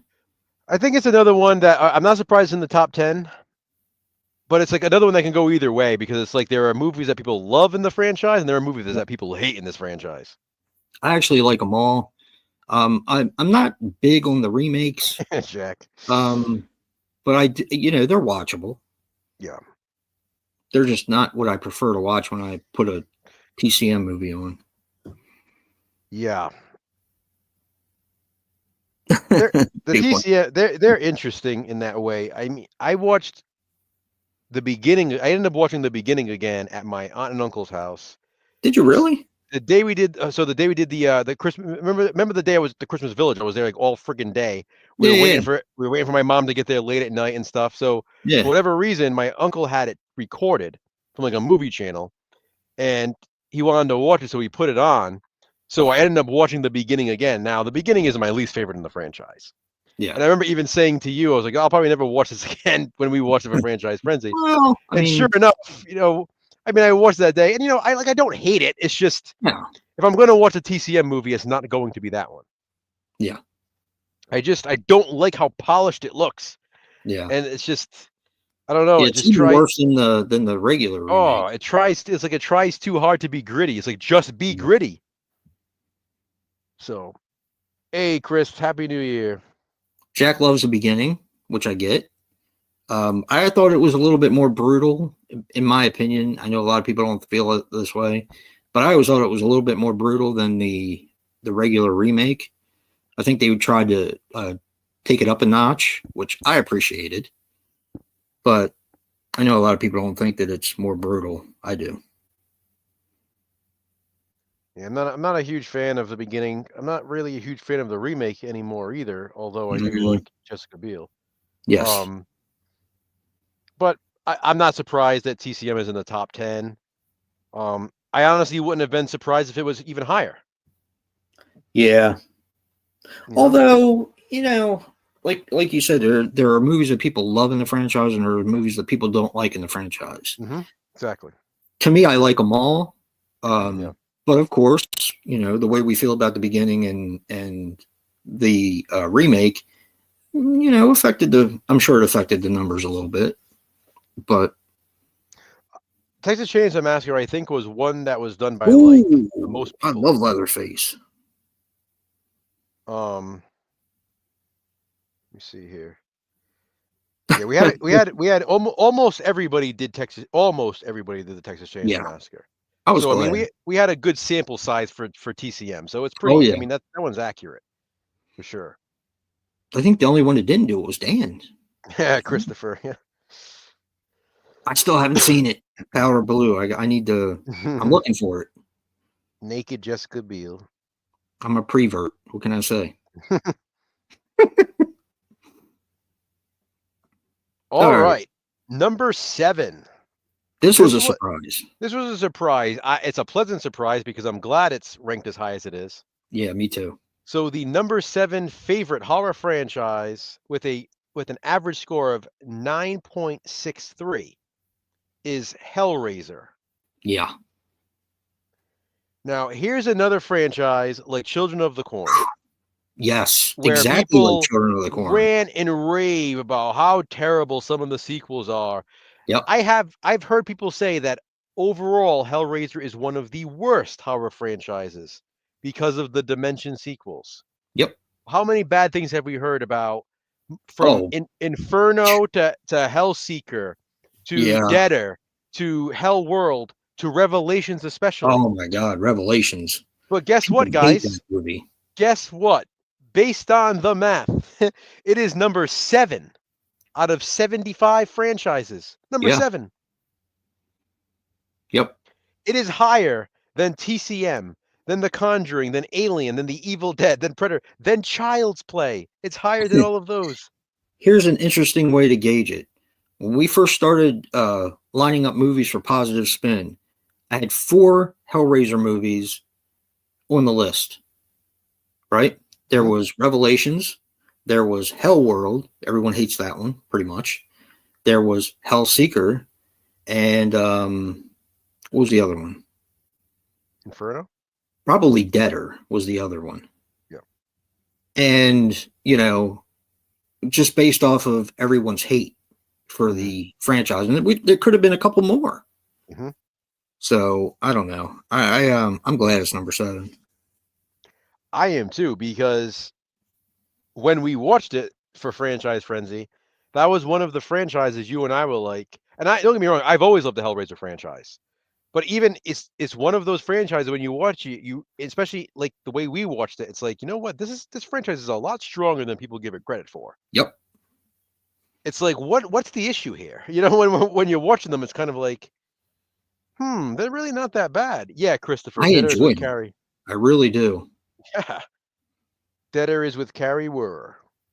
Yeah, Deader is actually quite good. Actually, the one that you have the biggest problem with is Judgment. what is it? Judgment. Judgment. I even like that one. I do agree it's not the best as far as like the lore and everything goes, but it's an entertaining Yeah, movie. I like it. It's just like you just said. The problem is, there's a reason why Doug Bradley and Clive Barker do not like that movie, Yeah. because it just people always talk about hating when movies change the lore and franchises, Yep. but then for some reason, Judgment they love, and it's like, oh, Yeah. lore. It's like, what of all horror movies that change the lore, that one really is guilty of doing that. Yeah, it I is. mean, It so is. much so that you have the creator in the original Pinhead calling it out for doing it. So I'm really happy Hellraiser is number 7. I think that's freaking awesome. Oh yeah, me too, Jack. Hellraiser Inferno, that's one that Joe and I like a lot. Yeah, it's like a nice film noir. Noir. Yep. Yep. Plus, Fantastic I love movie. Craig Sheffer. Yeah, I do too. Even when he Happy plays New a sleazeball. Yeah, Happy New Year, Annette. Thank you for joining us. Hey, Annette, Happy New Year. Thank you for stopping by. Absolutely. All right, so let's see. You're up at number 6. Number 6. Not a surprise, although I did think it would be a little bit higher. But number 6 is A Nightmare on Elm Street with an average of 8.87. Yep.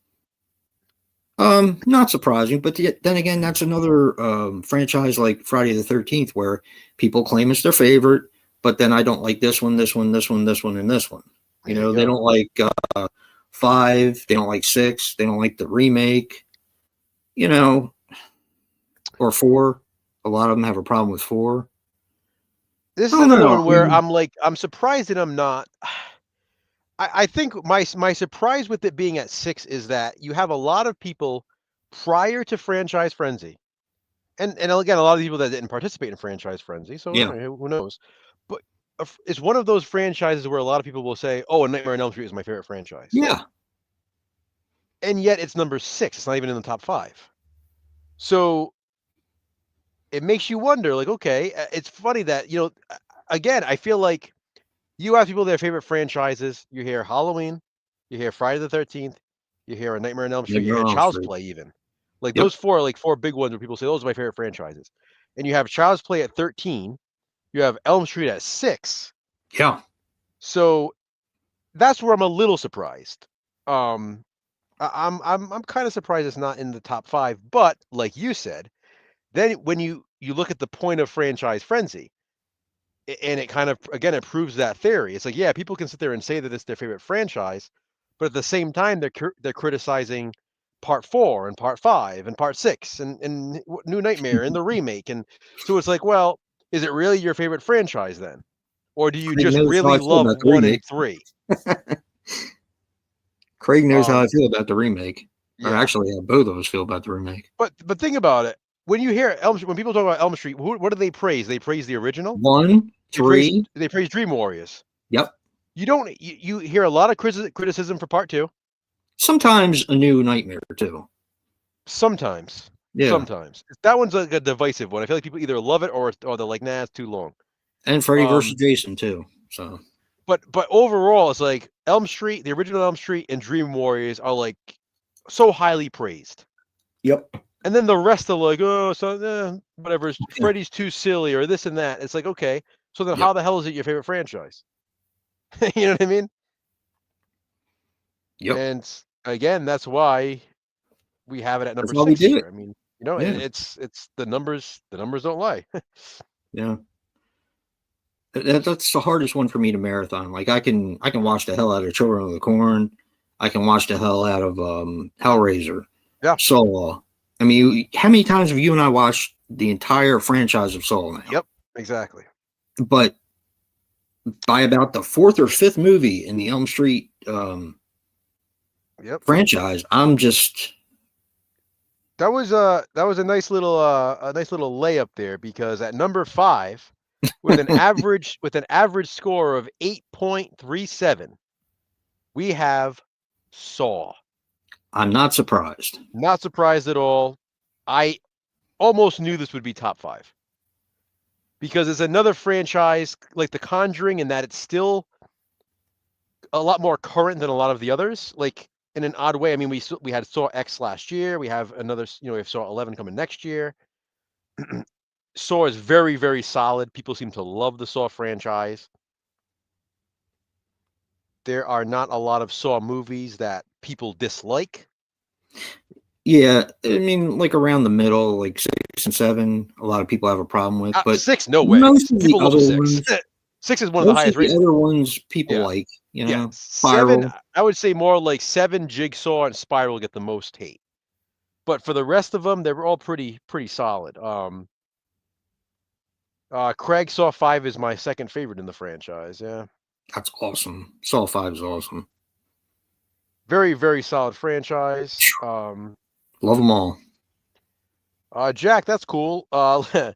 Lisa Zane, I'm sure she's great. I cannot stand her character in Freddy's Dead. I'm just not a big fan of that film. It's a rough one for me. Yeah. Rough one for me to get through. I'm not a fan of that one at all.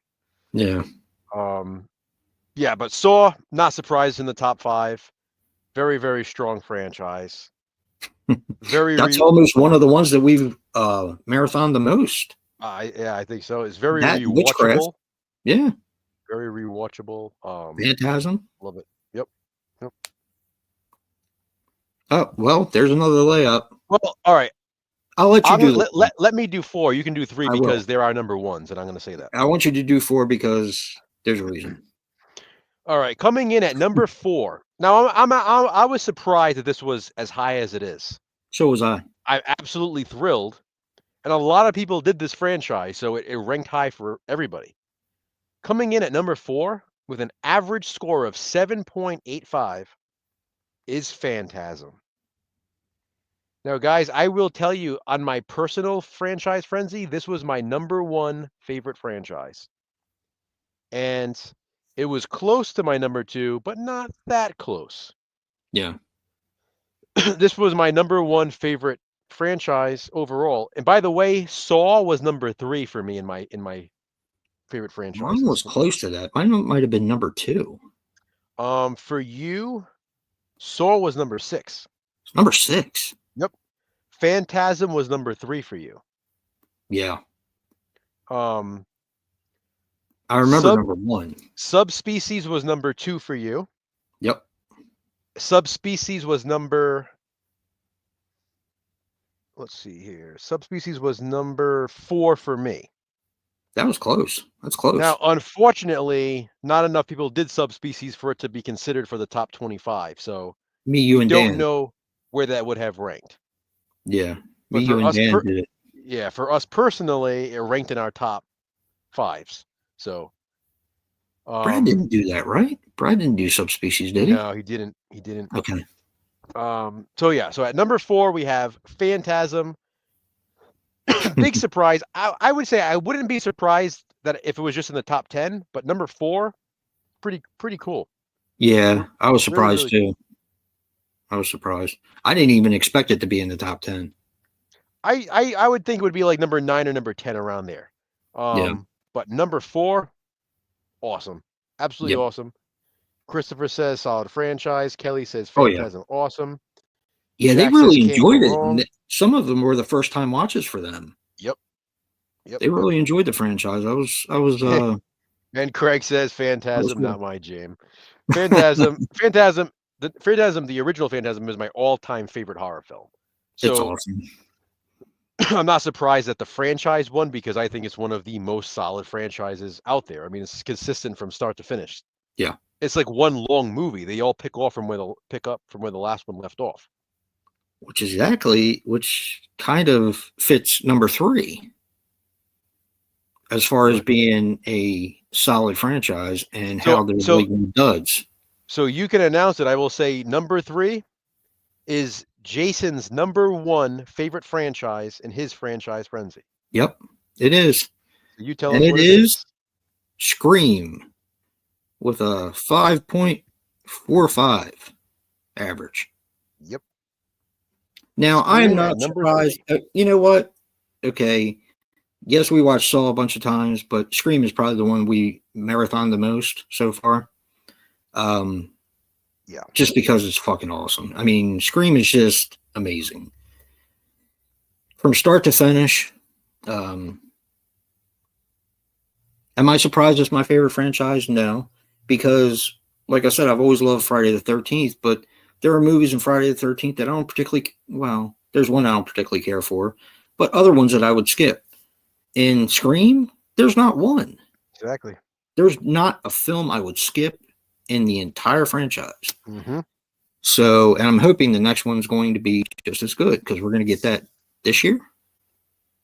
Well, if we get it this year, we'd have to get it in the next hour and 15 minutes. So I don't think No, it's no, I this mean, year. well, next year. Yeah. No, actually, Right. we're not getting it until February or March of 2026, unfortunately. Oh, I know. It starts filming January, so next month. we say it like it's that far away. It is. It is that far away. It's not. We have to wait a whole other year to see the movie? That's far. Yeah, it is far. Yeah, That's you're right. ridiculous. Yeah, it's just a great franchise. It really is. I've always loved the franchise, but marathoning them and watching them as much as I have. I mean, how many times have we watched Scream 6? I mean, I know. it's sickening. And again, guys, Jason did not expect No. it to be his favorite franchise. Nope. Not even close. What was that noise? So let's see in the chat here. Yep, Scream 7 is 2026. Yep. Craig loves Scream 5. That's his favorite. That's an awesome movie. It really is. Kelly's ready for it. She loves Scream 2. She loves Scream as well. They had them ranked really high too. Both Kelly and Shannon. Yes, Craig, we get I Know What You Did Last Summer in 2025. We also get Thanksgiving 2 in 2025. That's planned for November 2020. Heck yeah. So we're getting some good movies next year. Yeah. But Scream, unfortunately, 2026. All right. We're into the top 2 now. Yeah. And this is not going to be a big surprise because I think surprised. Yeah, I think you should announce 2. I'll announce 1. Okay. Because of what they are.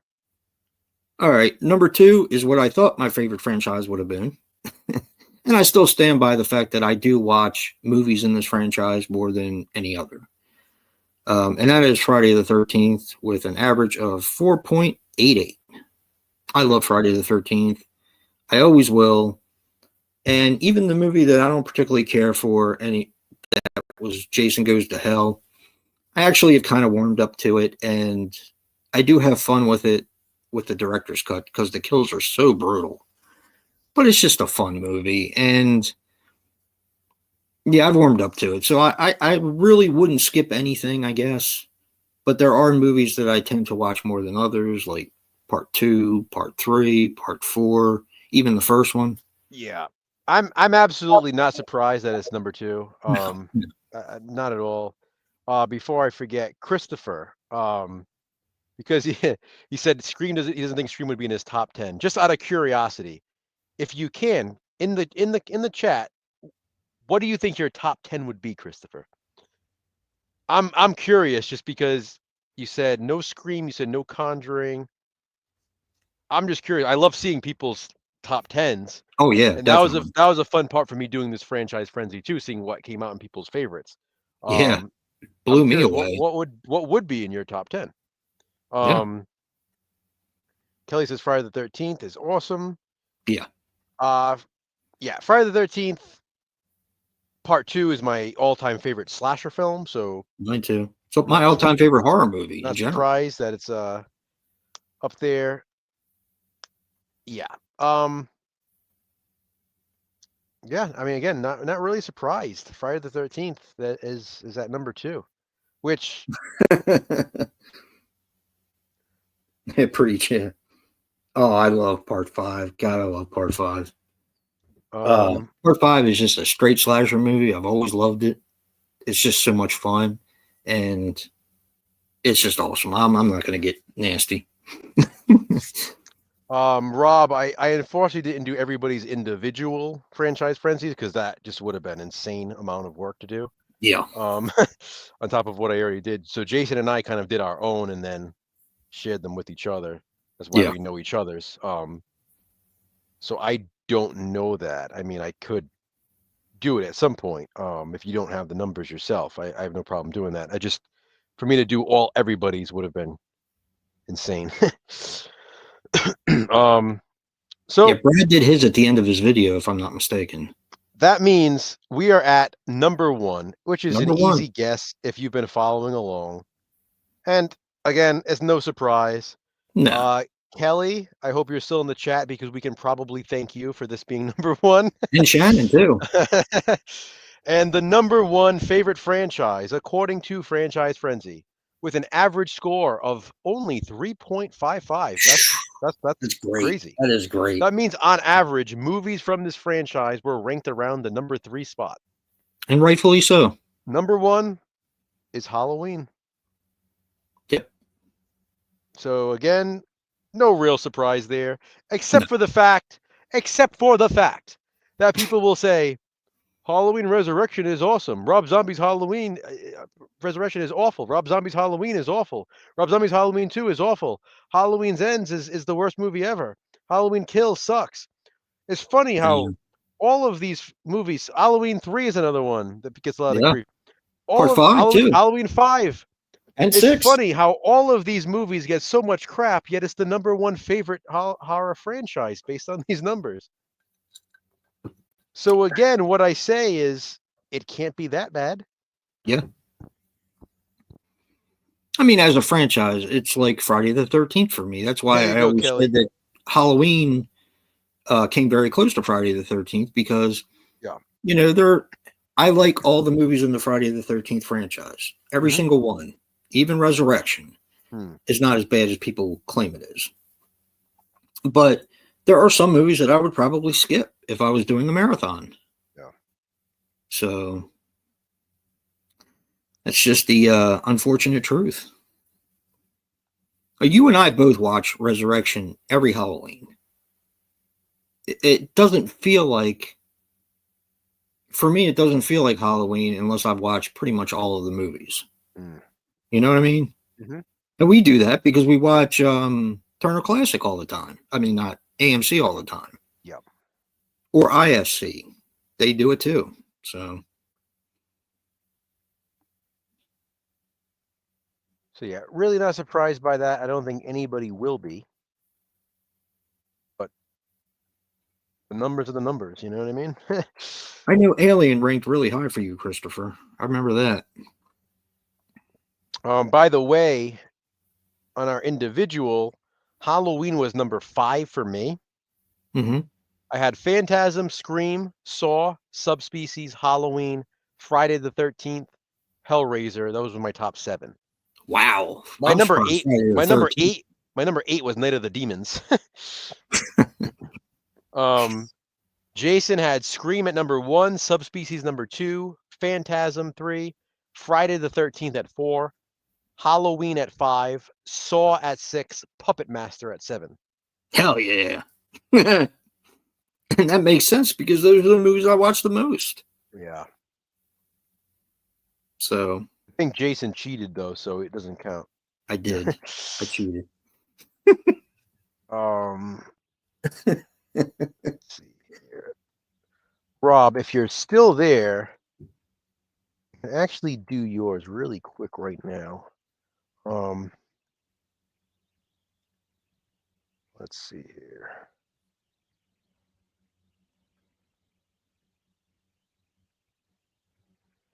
Find out what Rob's is. All of those ones that you said I would have picked to be in my top 10. Just the order was a little different for me, I think. Like I didn't expect Scream to be number 1. I expected Friday the 13th and Halloween to be a little bit higher. Well, a little bit higher. Saw to be a little bit higher. But then again, I mean, Subspecies is one of my all-time favorite franchises, and it showed. Rob, are you still in the chat? Yeah, he says he's doing his night. Rob, okay, I got yours right here, so you don't have to keep going. Rob, your number. I'll go from 5 to 1 for you.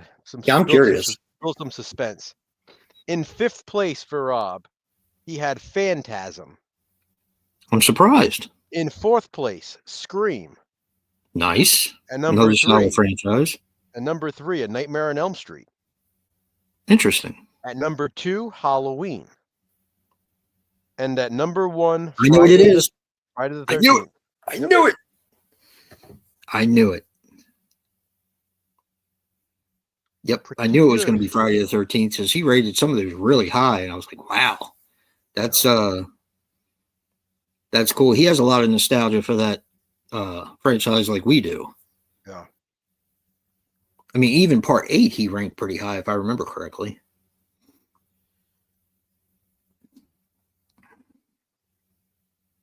Cool. Rob said, "I was right."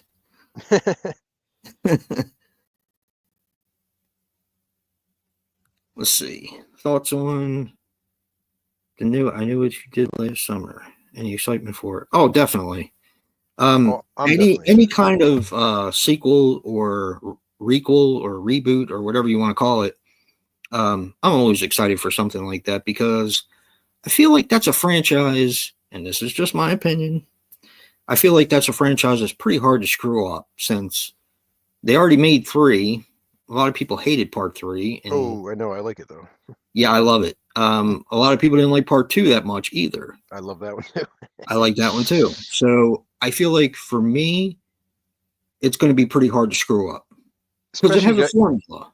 Especially you have Jennifer Love Hewitt and Freddie Prinze Jr. coming back.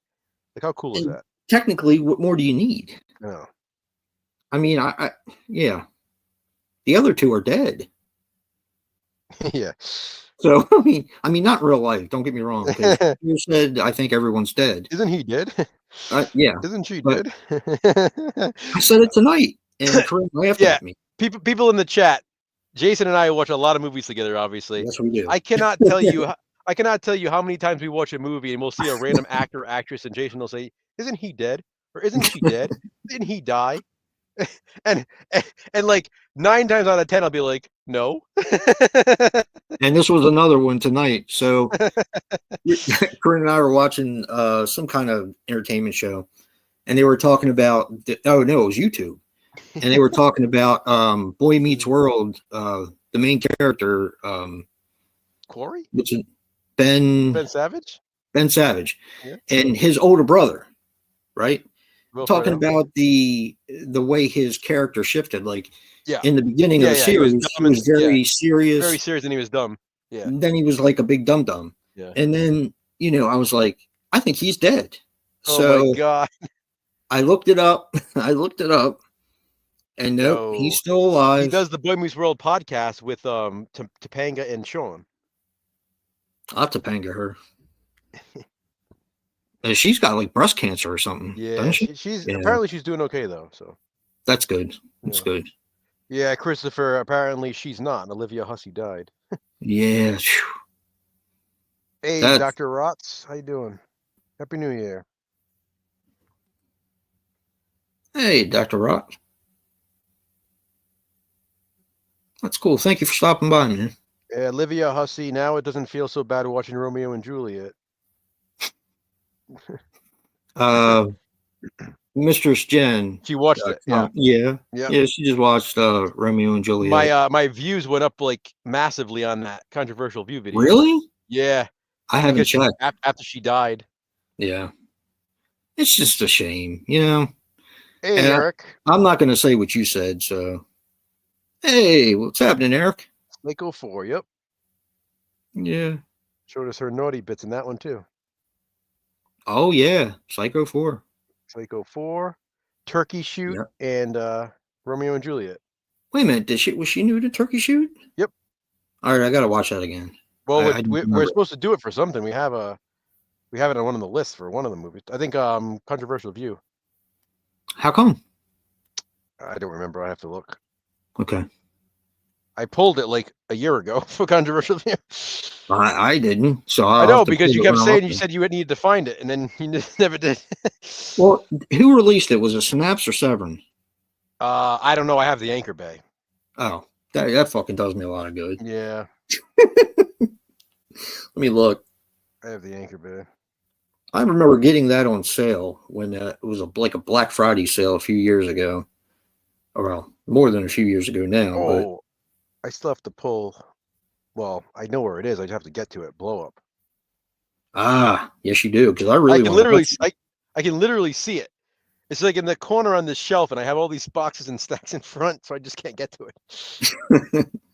Turkey shoot. Let's see. It's also under No, it's a Escape. Severn. It's also Severn. under Escape 2000. That's what it's under on Yeah. Anchor Bay. Yeah, I bought it under Turkey Shoot when it was a Turkey shoot. Black Friday sale. Yeah. And boy, did Rob I said like that movie. Rob said he likes her and Stephen King's tit. I mean it. You know, I didn't even realize that she was in that because I looked at her IMDb to see, what else she was in. I could not remember for the life of me that she was in it, the TV version. Yeah. Yeah, and I still don't remember her in it. Well, at least now I can say, did she die? And she actually did. So She's isn't she Bill's mom or something? Or I think Audra Denbrough, I think his name is. Bill Denbrough. man, there's been a lot of His death. wife. Yeah, so I said mother. Yeah, I meant his wife. It's Richard Thomas's adult Bill, his wife. Oh, really? Yeah. I'm gonna ask it. I know I'm gonna get fucking laughed at. Is Richard Thomas dead? No. Okay. Why?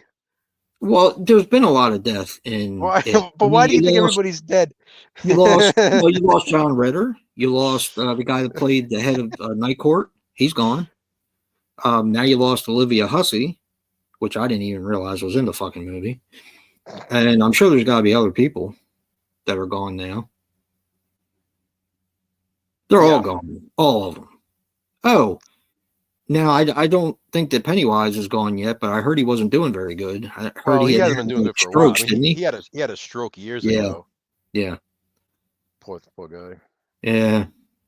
Talented guy, very talented. Yeah, very talented. And Eric missed us talking about Pet Cemetery. Yeah. How it made the top 20, actually. Jack, you're gonna make us laugh hysterically with tears. Why? A What happened? suggestion: a new series for Joe and Jason, shelf by shelf collection overview. Oh, God. We don't have shelf by shelf. We have shelves with stacks and boxes and crates and bags and tubs and And totes and all yeah. kinds of shit. That's not yeah. If I had enough shelves, I still don't think it would be worth Oh, I doing. would love to do a shelf by Oh, shelf. I'd love to do it, but it's just never going to happen. Nope. I've gotten so many requests for that, and I literally tell people, don't count on it. It's just not going to happen. Yeah, Andrew Andrew don't. Ballin was the I just first one don't. that asked me for a shelf by shelf. Yeah, I just can't see it being possible at this point. Nope. I did one years and years ago, like back in 2010. So When you had two shelves. I mean, I still had a lot, but Yeah. I was able to at least do it. It's impossible. Yeah. It is literally. I mean, it's not. Don't get me wrong. It's not impossible. But it would only be my horror movies because that would be the only thing I'd be. Well, no, it's impossible. No, I mean, we got to be what in the 20,000 range, you'd say? Probably more. Yeah, exactly. Yeah. That's a conservative estimate. I mean, but look at Jack. I mean, Jack has a huge collection too. He just put his on a shelf, and we didn't.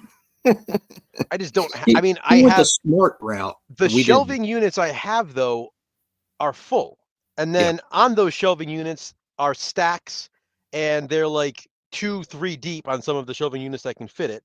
Yep. So and then I have boxes. Stacks on the floor and boxes and totes and bags. Yep. And now that's just the room down here. I also have the upstairs room and all the VHS and all the other stuff. So I don't know how I would do it. Nope. At this There you point, go, Eric. maybe someday I can do my horror collection, but the regular uh, film collection probably doubles my horror collection. It's just not going to happen. I mean, you've seen the shit. I mean, you've seen the shelves. Actually, have you seen the shelves? Yeah, you showed I me. mean, now I have a shelf in the laundry room. Yeah. And I still have no place to put them. I have He a can't put whole. his toilet seat up, guys, because he uses that as a shelf. Yep. Actually, it's funny you say that because I got tubs in my daughter's bathroom. Tubs of movies in my daughter's bathroom. Yeah. That's fucked up. My wife's been home, obviously, from Christmas, and she's been home this week, and we've been working on some stuff around the house. And Yeah. the VHS room, there's also like storage in that room, like canned Not goods for and stuff, long. stuff like that. Well, no, what we did is we actually moved all that stuff out to give us more room for movies and memorabilia and stuff. Hmm. So Apparently, I married the wrong person then because that kind of happened in my daughter's room because all my stuff's in all my horrors in my daughter's room, and everything else got moved out of that room, and the stuff that didn't can't be gotten to now. So, yeah, I get to hear about that on Christmas because a lot of the Christmas wrapping paper and all that kind of crap is you just can't get to it now. No. Yeah, it's like gremlins. Like they just multiply. Yeah, I took pictures of the Addams Family stuff, didn't I? Sent it to you? Yep. Yeah. Yeah. You have the set out too, right? No. Because that's what you were going to show for the one that I sent you. Oh, I stuck it in Addams Family, the Addams Family movie. So you're just going to show that twice? I guess. I don't know. I mean, yeah, it won't be too hard to roll downstairs and get it. I figured the set just because it's them. That's their movie. Yeah. Yeah, that's a good idea, Joe. I'm dying to watch that too. So. Well, I'm dying to watch Reunion. Now that you pulled them, we can. Yeah. Yeah, I got them all down. I got them ready to go. So. Yeah, me too. Even the Reunion. Christopher, what movies did I get? I got a good amount for Christmas. I sent Jason a picture of them. Yeah, he got some really good stuff. A lot of Gialli. Yeah.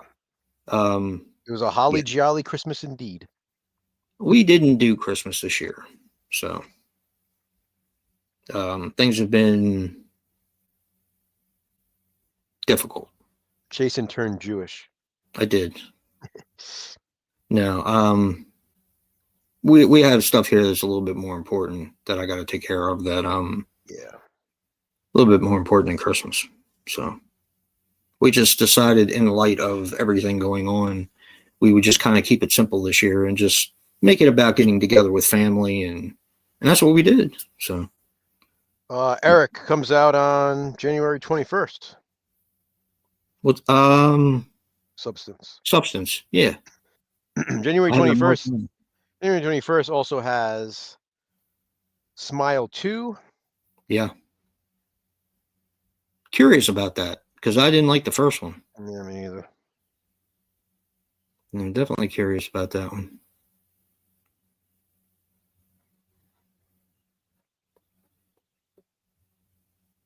Oh. Well. Find a movie to show for your video. Oh my God. Well. We literally have to plan things like weeks, months in advance sometimes. Yeah. And we're not even exaggerating. Yeah. Because we had a little talk about finding this a the certain other night. movie, Yeah. between the two of us finding it, yeah. Yep. Forget it. It's like we got to stop living like this, but it won't happen. And I'll continue to have collapses of movies all over me and cussing at them and all that kind of stuff. As a matter of fact, today I spent quite a while looking for like a stack of movies, and I took a while. It took a while. Jack, I joked about that with Jason when we watched it. What? That the substance was basically an unofficial remake of the Rejuvenator. And Seconds. Right? Yes, it's like I said Seconds versus meets the Rejuvenator, I think is what I said, actually. Yeah.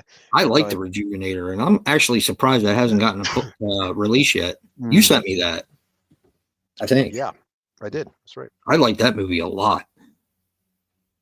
Yep. Christopher didn't like Smile too. Sounds interesting. I mean, I'm not going to base it on the first one since I didn't care for it.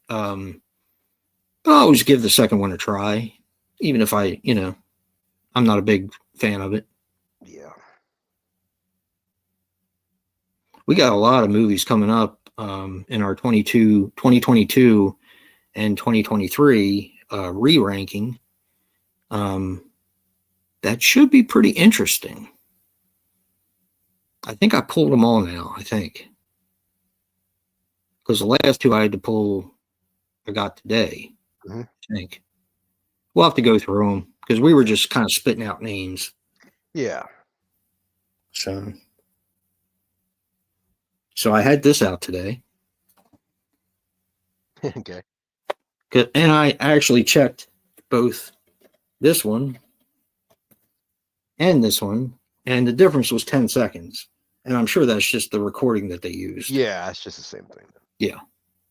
But this one seemed like it had a little bit better of a picture. Just a teeny bit. And I thought it was interesting. When we watch it, I'll just watch that from that set. So that way it's the same exact one. Oh, it's going to be the same exact thing. I love the movies that are on here, though. No, I'm saying that set that you're holding, I'll just take out my set and watch the exact same one. So that way there's no discrepancy at all. Yeah. It's just so much. This was actually, I'm sitting there looking through all of these sets, right? And the one I'm looking for, guys, is Deep Red or the Hatchimers, whatever you want to call it. For the simple fact that I have never seen the shorter version.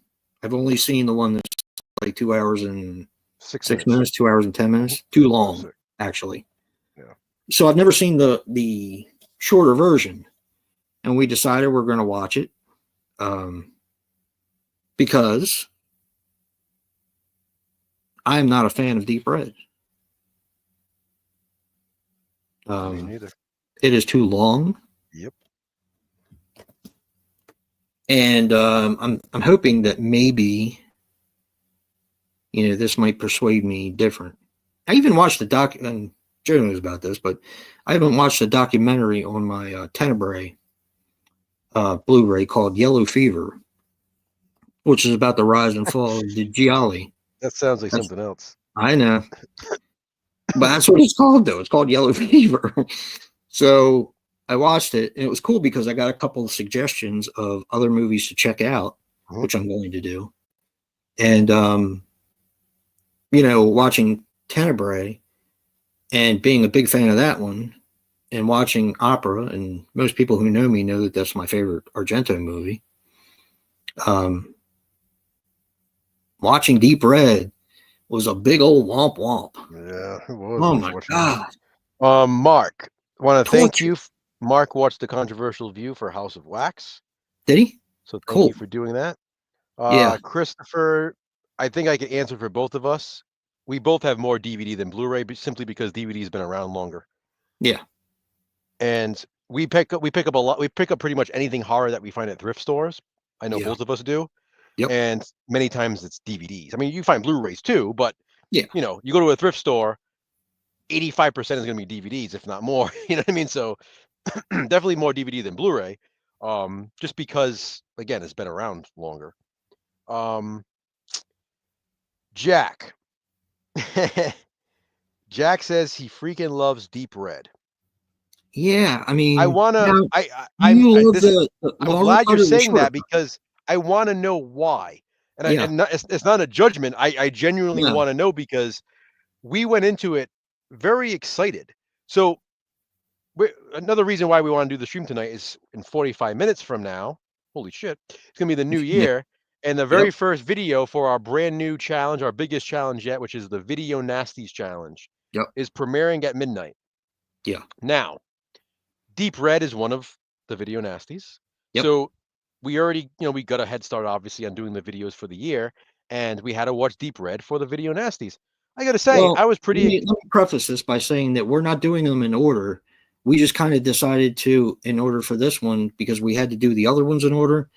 Well, we didn't have to, but we chose to do the other ones in order. We decided not to do this in order, not to start at section 1, go all the way through it, and go down section 2 and 3. Yeah, we're not doing that. We decided to just do them as we saw fit. That way it could be more fun. So, yeah, with that being said, Yeah. we went into Deep Red. I mean, I know I was. I'm pretty sure we were excited to watch it. Yep. I mean, we're big fans of Argento. I hadn't watched Deep Red in a long time. Me neither. And you always hear, oh, it's such a masterpiece, and it's one. It's a lot of people say it's the best Argento film there is, and this and that, one of the greatest giallo, greatest giallo ever. And we kind of watched it. I gotta say, we were about halfway through it, and we were both like, yeah, we're kind of ready for this to end. Yeah, it wasn't even halfway. It was like, I don't know, the pacing in that uncut version is, oof. It's bad. So truly, I want to know. I mean, what are we missing? I mean, and the reason why we're going to go back and watch the shorter version is because we want to appreciate what it is that other people are appreciating about it. Right. So maybe it's with not that, like we didn't like the kills. The kills were great. No. I like the end. I like the twist. I like the reveal. Well, yeah, the dummy running across the floor is awesome. Yeah. Like you said, the reveal is great. Very reminiscent of another horror franchise. Yeah. Actually, a lot of giallo are like that. You and I talked about that. Yeah. But anyway, there are things we like about it. Don't get me wrong. For sure. But the score is way awesome, too obviously. talky. Yeah. It's just, oh man, to get through it. Like, I love Phenomena. I could sit there and watch Phenomena over and over again. Opera over and over again. And I know you have some problems with the pacing in Opera. I like Opera more than Deep Red, though. Oh yeah. But Deep Red, man, it's rough. It's rough to get through. And I feel like and the reason why we almost watched it again, Hatchet Murders, the other night, was because we had watched Tenebrae, and after watching Tenebrae, I was like, this really makes me like think twice about Deep Red, because Tenebrae is amazing. Like, I absolutely love Tenebrae, and it's like, okay, this is how I want an Argento giallo. So Deep Red, I feel like that extended cut has like unnecessary filler. Yeah, like there's stuff in it, because even when you read like what the extra footage includes, it's not really stuff that's needed. Yeah. So that's why I'm wondering, like, will I prefer the Hatchet Murders version better? It's definitely a hell of a lot shorter. Yeah. It's like 30 minutes. I'm definitely curious. I'm really looking forward to watching that. And that's one of the things that Joe and I do. If we don't like a movie and we've heard a lot of great things about it, I mean, we will give it another shot. I'll give it another shot. I go into movies wanting to like them. And I feel like a lot of people don't. They might say they do, but I feel like they go into a movie almost like wanting to nitpick and critique it. Like, we are not professional critics. We're not claiming to be. We're movie fans who just want to watch a movie and have a fun time. We want to be entertained. Here's a great example. Skinner. Oh, Craig. His worst film is Trauma. I love Trauma. Yeah, I love Trauma too. What is it about Trauma that you don't like? Is it the seance?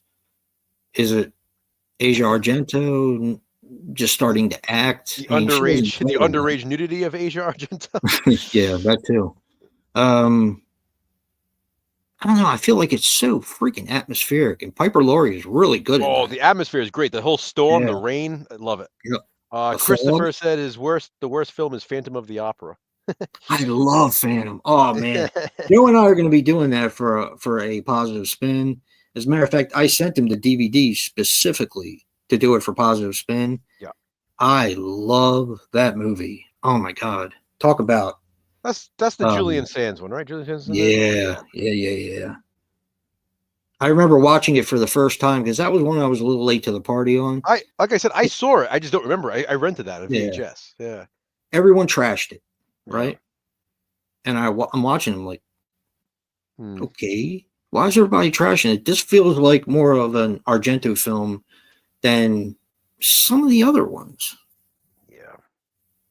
But yeah, I love Phantom of the Opera. Dracula is the one I had trouble making it through, and I can't remember a freaking thing about it. Hmm. Even the boobs, I have trouble remembering. Christopher, he said, didn't Julian Sands die? Like, it's sad because he did, but it's a joke based on what you always say. Damn, he got me. He got me. Yeah, I was really sad about that, especially after boxing Helena. You know, we had just watched it. Yeah. Yeah, And and just the way that the way that he went. Poor guy. couldn't find him. Yeah, Mm. that's horrible. Annette, Jason loved dark glasses. I haven't seen I it yet. loved it. I did. I mean, okay, love is a strong word. Hey, I liked it a lot. that's what you told me when you watched it. I liked it a lot. I really did. Yeah. First time I liked it. Second time I liked it a lot more because I could appreciate more of what they were going for. There's a lot of very deliberate things that happen in that film. That's why Joe's got to get it so we can do it for like positive spin, I guess. Verge wants to know what your thoughts are on Skinamarink. Now, I will preface by Ah, saying we already filmed a positive spin video for Skinamarink, yeah, which but will Verge watches them anyway, so which it will doesn't. be out next year. Yeah, Just so you know, I'm just saying. So we literally we went back and we watched it again. yeah, For positive. because I hated it. Well, I didn't hate it, but I didn't like it. Joe didn't hate it, didn't like it. Mm-hmm. And one night, he was having trouble going to sleep, and he figured that if he put on Skinamarink, he would most likely fall asleep because that's kind of what we said about it the first time we watched it. And he ended up liking it. I was Yeah, like, this was 3 o'clock in the morning, and I ended up being up until almost 5 watching the damn thing because I was hooked. Yep. So I was like, all right. I said, why don't we do it for a positive spin? That way I can give it another try, because me telling everyone else to give it another try kind of makes me a hypocrite if I don't do the same thing. And I like to give movies another try because I don't always feel differently, but sometimes I do. And Skinamarink was one that I felt differently about. And I think Absolutely, I did too. I've seen it 3 times now. yeah. I watched it twice with you, and I watched it that night. Yep. And I liked it more each time. I liked it more the second time I watched it, and then I liked it even more the third time I watched it. I had a lot of preconceived notions about that film, and I went into it, I think, expecting a little bit more than what I got, and I was disappointed. Now, after seeing it and knowing exactly what I'm going to get the second time I'm watching it, I can let that preconceived notion go, and knowing that I'm not going to get that, and just take the movie for what it is. I think, it's just one of those movies that it's not going to be for everybody. Yeah. But I think the point is, I mean, the filmmaker himself and fans of the movie say, like, you need to be able to commit to the film. Yeah. Like, if you're not going to, then don't bother watching it and trashing it because you're not giving it the attention that you need to give it. Like, And going in, like, that is the kind of movie, like I'm telling you right now, like, I did not like it the first time we watched it. me neither. But I watched it again and again because I knew what it is. So I want to give it a fair share instead of just watching it once and saying, nah, sucked. Yeah. And this is why we watch things more than once, because it turns out, you know what? I understand more now. Like, I'm in the right mindset for it. I'm in the right mood for it. Yep. I'm in the right atmosphere for it. Sometimes things just hit differently. It's one of those movies, if you're not willing to commit to it fully, then don't bother watching it. And I will say That that was the if mistake you we made. guys do watch it, put on subtitles. Subtitles are very crucial to what's going on in the film, because some things in the film were so low that I completely missed them the first time. Yep. And there are some things in that story that are so low that if you do miss it, you won't get what you're supposed to get out of the film. Exactly. It made a big difference. And the reason why I didn't put subtitles on the first time is because I wanted to take in the way it was filmed.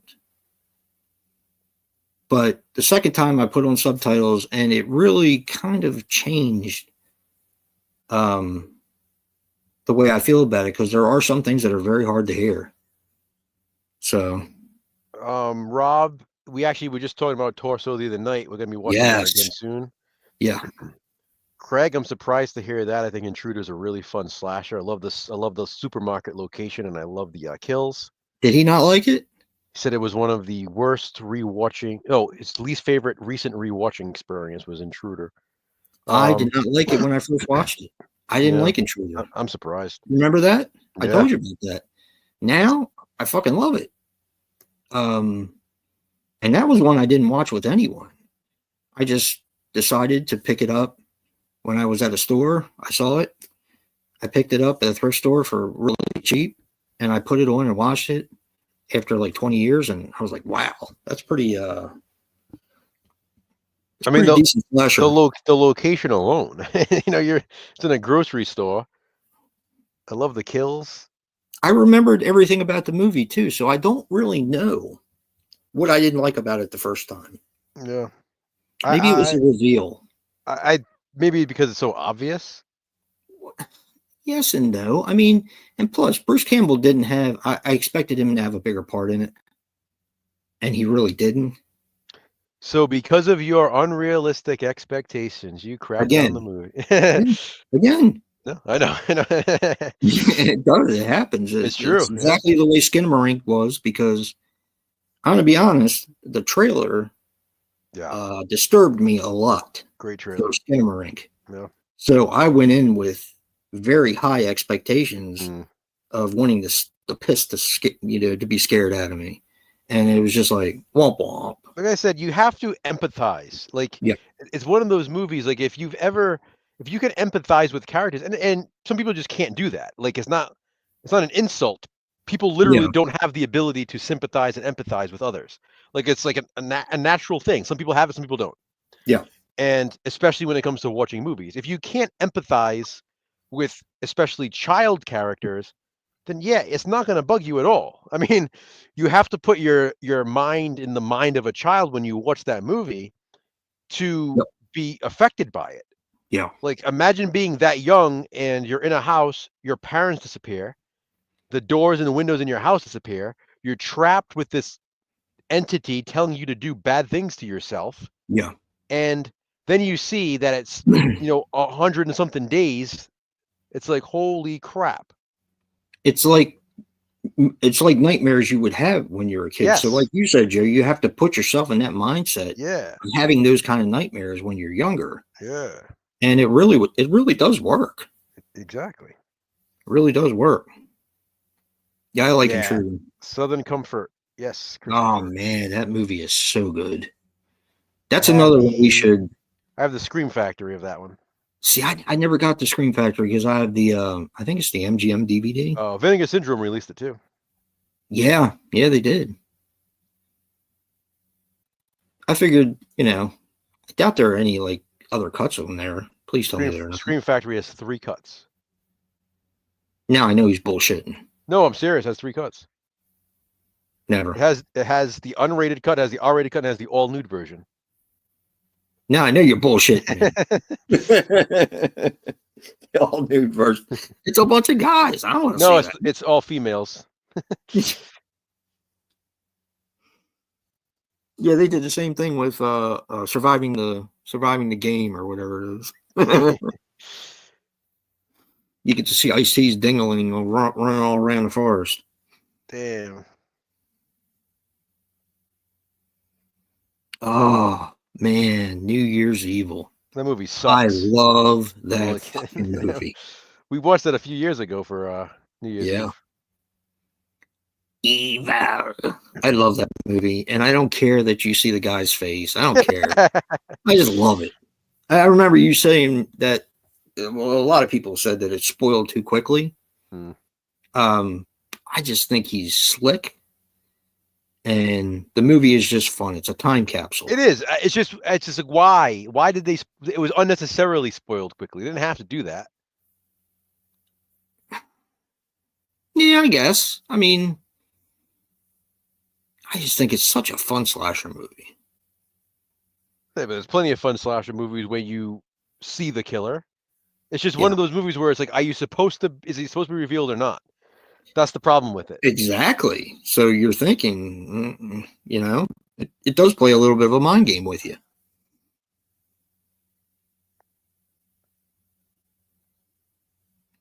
Oh, I was going to message you last night. So Kino Lorber announced that they're releasing April Fool's Day. Yeah. No extra cut. Yeah, no, I know. I'm very disappointed. I don't think Disappointed. the footage is available. I don't think anybody has it because Yeah. Scream Factory tried getting it. They couldn't get to it. Yeah. So that kind of leaves me to, I don't know what to get now. Or do I just stick with the DVD and not be an asshole? No, why not? Well, I guess I'll have to look at the special features and see. Oh, guess what Rob from Body Bags just got today? He got Martin 4K. How did you fucking know that? Because he sent me a picture of it and said, "Look what I got today." Oh, you bastard. Bastard. That would have been a hell of a guess, though, huh? I was just like, what are you fucking hacking my computer or my phone? Craig, your favorite standalone slasher is Night School, huh? We're covering that one for the Video Nasties I next love year. Night School. Video Nasties. Hey, he might like Giallo movies because that's basically what that is. And not only that, it was filmed in my neck of the woods, right in Boston. Yeah, I fucking love Night School. That one, that's why I have a special attachment to that one, because I've been to all those locations. Like, I literally see the streets they walk on. I'm like, yep, walked on that street. Yeah. You know what the special attachment is for me? Is being one of the first, Friday the 13th, Part 2, Prom Night, Halloween, and movies like Night School were movies that I rented and were so impressed with because it didn't have the comedy in it. It was just a slasher movie that was brutal and awesome. And it really is a giallo when you think about it. I mean, even down to the reveal. Yes. Think about the reveal of the killer. That's straight from a giallo. Oh yeah, definitely. Plus the black gloves. Yeah, black clothes. Yeah. It has all that obvious stuff, but the reveal too is an extra element that is common in a lot of gialli. Maybe Craig would like some of the giallo, but I think he would like more of the slasher version of the giallo. Yeah. Tenebrae. Blade in the Dark. Another good one.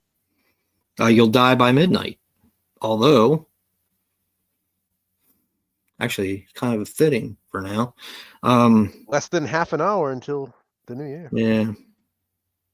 Man, I love Night School. I'm glad you kind of brought that up because that's actually one I've been wanting to watch again. And we actually haven't watched it yet for the Video Nasties challenge. We watched it for something else. When we did Video Nasties for Monthly Theme Thursday. We haven't watched it yet? No. Oh, then I have it down here. We can watch it again. Yeah. Nice. I'm not surprised that movie is on. Yeah, because I did it for Monthly Theme Thursday. Yeah, I remember now. I had the key video of that one. Yeah, I have the other VHS release of it. I think it was Warner Brothers, wasn't it? Might be Warner, yeah. Yeah, I had the key video when I was younger. And of course, that was the cut version. Craig. What? Loves Night School, hates Final Exam. Oh, come on, Craig. Final Exam is another Video Nasty. Yeah. And it's another one where you see the face of the killer throughout the film.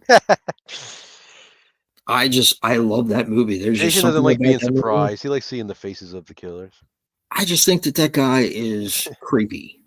Yeah. Because you have Michael Myers, who you can't see his face, right? He's just got that blank mask on. You can see it in Part 1 and Part 5. Well, yeah. You know what I mean. Uncle Boogeyman? Yeah. Michael Myers finally unmasked again. Where he looks like what the fuck was it from the Goonies? The guy was chained up. What? Brother. The guy that's chained up. Baby Root? Remember from Sloth. Yeah.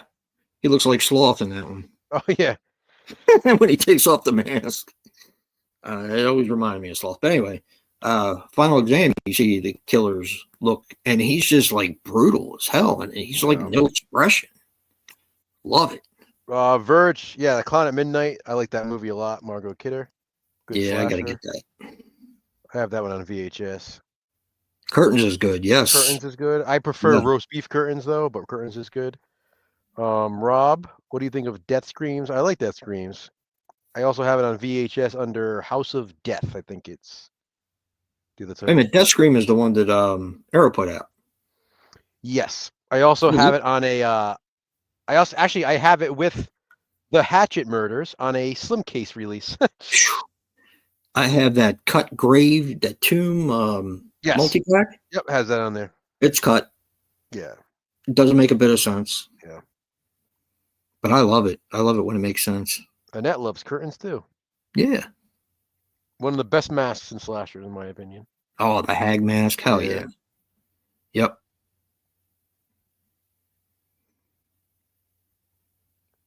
Waiting for the Arrow Video limited Warren edition. Baby. Warren We were Baby. talking about that today.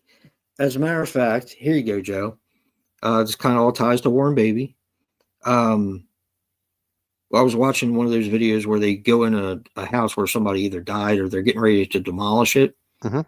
This guy was a toy collector, right? All through the house was pretty much everything was torn out. I mean, the walls, it didn't look that bad, Yeah. except for in the basement. Mhm. So they go in the garage. Apparently, that's where a majority of the toys were. Hmm. They had a whole bag from Target of Dick Tracy figures that were unopened in the package. I had all those except for the blank, obviously, because of that. I told Corinne, I said, Joe would have loved that. Yeah, I had all those. Yeah. Hey Dan, how you doing? Warren Baby. Hey Dan. I'm talking about Yeah, franchise frenzy, sir. Christopher, Chopping Mall is awesome. I love Chopping Mall. I love Chopping Mall. Yeah. That's a fun movie. No, I like Lover's Lane, Craig. I like Lover's Lane too. That's a fun one. Got a young You know, I Anna never Faris did in get there. the Arrow for that. I still have the Nah, I got the DVD and I got the VHS. I had the VHS, I sold it. I've got the DVD though. Fuck, I can't believe I got rid of all that shit. Yep. That was in the $2.99 bin at Hollywood Video. Lover's Lane. Lover's Lane. How about and you just got this Hell High. Yes. I love that movie. I have not watched Hell High since I watched it on VHS back in the day. Did you like it back in the day? Don't really remember, to be honest. Oh, you and I gotta watch that. I love that movie. I don't know why, and I know they're not really like similar, but like I always got that one and The Majorettes? no. God. The one in the mausoleum, the hazing. Shit. I cannot think of it. It begins with an M. I don't know. Mortuary. No. Oh my God. MVD put it out. I have the Blu-ray. I can picture it. Okay, they put out. I think maybe because Mortuary. Shriek Show, was it Shriek Show that released Hell High too? Yes. It came in that 3-pack. It was Hell High, this movie that I'm thinking of, and then something else. Okay, I'm gonna look it up. I'm looking it up right now too. You're right. I won't look it up. Because I can go look at the Blu-ray because I actually know where the Blu-ray is. I can picture the damn thing, but I don't feel like getting up right now. So I got the Arrow on that one. I doubled like it. I said, they only remind me of each other because they're together. Well, yeah, Hell High, I got the Arrow, like I just got, and then this other one, I got the MVD Blu-ray, and they were in that same pack. So that's why I think for some reason I always associate them together. The House on Sorority Row. Trying to think of the ones that they put out. The Dark. But that wasn't in the same pack. Nope. I will tell you because I'm gonna find this damn thing. Girls' Night Out. Nope. Was in that pack. Because I didn't. That was one of the few I didn't get the triple pack of because I already had Hell High. Hey, Michael, Happy New Year. Hey, Michael, Happy New Year. Thanks for joining us. Raging Fury. Okay, it doesn't begin with an M. I don't know why I was thinking M. One One Dark Dark Night. Knight? Yep. One Dark Night. An M. I don't know why, but I was thinking it's in that set, so You should have said Meg Tilly, and I would have gotten it right away. that's how I just looked it up. I looked up under Meg Tilly. She dead?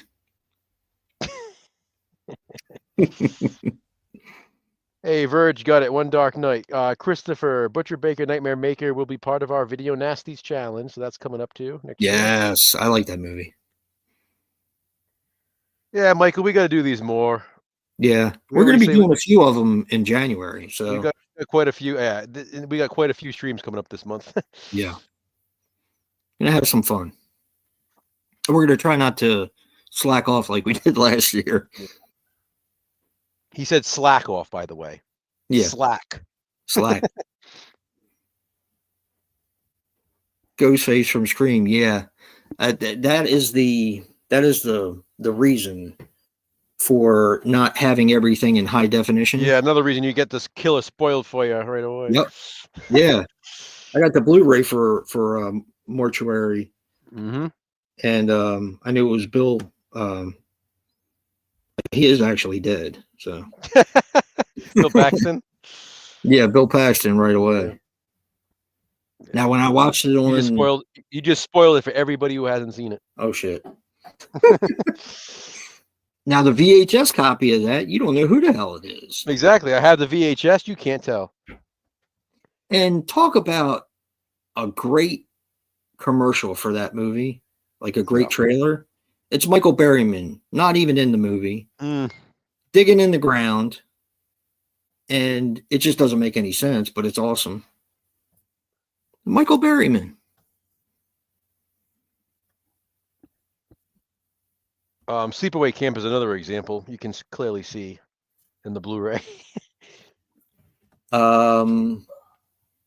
What part? When the bitch girl's about to get killed with the curling iron.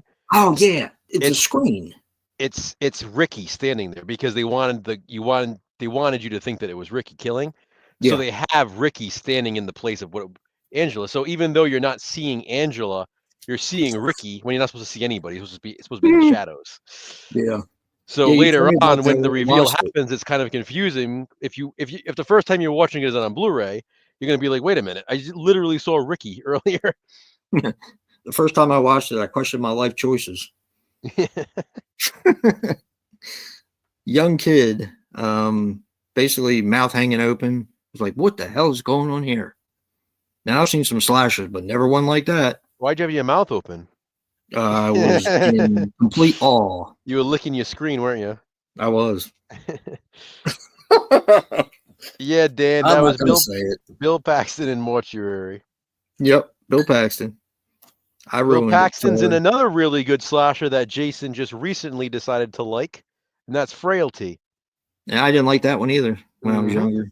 Yeah, first time. So what did you do after we watched it? You ordered the Blu-ray, didn't you? I did. Loved it. I love that movie. God damn, it's good. Yeah. That is a mess with your mind film. Yeah. Is what that is. Christopher wants to know a horror classic we would like to see remade. Oof. Perhaps another remake of Cat People. You know what I would like to see get remade? What? The Birds.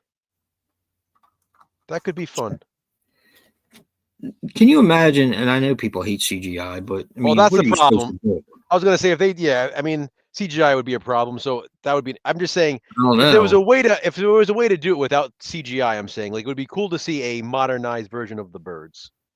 I think they could do it with CGI, and I think they would do a good job.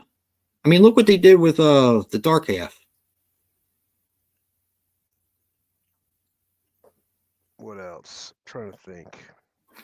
I always wanted to see The Unseen get a remake. I've always loved that movie. And I wanted I love it. Don't get me wrong. I love the way it is. I love the fact that it's Stephen First in the basement. No, it was that one too. Second, actually. I spoiled that one too.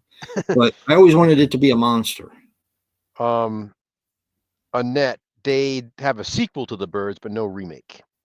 Land's End. There's The Birds 2, Land's End. Yeah. Craig, there is a remake of People Under the Stairs coming from Jordan Peele. Surprise, surprise. Yeah. Just wait for the Verge. agenda. Verge said you'd like to see a great new version of Ghost Keeper. Interesting. Ghost Keeper? Are you saying that Said that because it's Verge? a New Year's movie? Hell yeah. I love Ghost Keeper.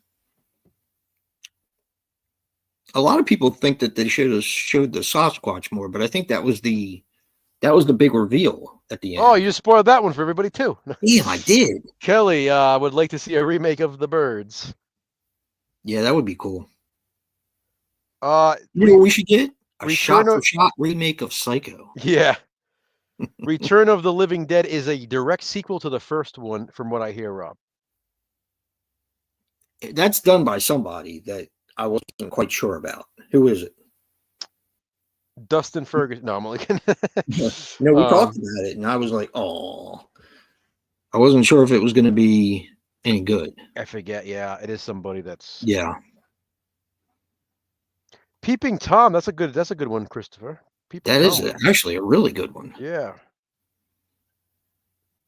No, I'm really thinking about this. Huh? I used to be the Lou Graham. He's not on there anymore. Yeah, they went on without him, but he has his own version of Foreigner. He was like a Queensryche, where they had Jeff Tate separate. Foreigner went out. The guy on here. Now, from what I heard, and I don't know if it's true, and no, he did not die. Lou Graham is a lot like Ozzy Osbourne, where he kind of shuffles on the stage, but he sings his ass off when he's out there, is what I heard.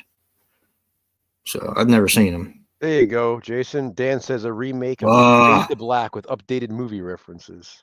You know, I would love to see a remake of Fade to Black, but I like him. You know, the way he says Carl Bolden. I love it. I just love all the references to White Heat and shit. What was the other one? Craig, I'm surprised that hasn't been remade. A Clockwork Orange. I'm not. I am. What do you mean you're not? Look at the movies that have been remade. Yeah, but because it's based on a book, and a lot of those get multiple adaptations. That's true. I mean, it's brutality on its own. I mean, do you realize if you want to up the ante and keep the same type of story, how far you'd have to go in order to? Yeah, I mean, but you know, you're talking about if it came straight to video, I wouldn't be surprised. But if it was, you can't make that for the theaters. I mean, they would have to up the ante quite a bit. I mean, it was even the original one was banned in some places, so yeah, makes sense. Well, it still holds up really well, I think. Except for the futuristic stuff is fun to watch, and I understand where they were going with it. But you know, some of the clothes, I was like, come on, definitely dated, but you know, you don't like those like cup things they wear walking around. No, not that. Like the mom with who's way too old to be wearing like a see-through plastic miniskirt. You know, I just don't go for that. Apparently, they also don't wear underwear in the future because when that chick gets their home invaded, she ain't wearing underwear. Yeah. Yep. That was a full bodysuit. It was full something. Told you when I met Malcolm McDowell, was the first thing he said to me. He looks over at me. He looks over at me. He goes, "She was a natural redhead." Carpet matches drapes. Yep.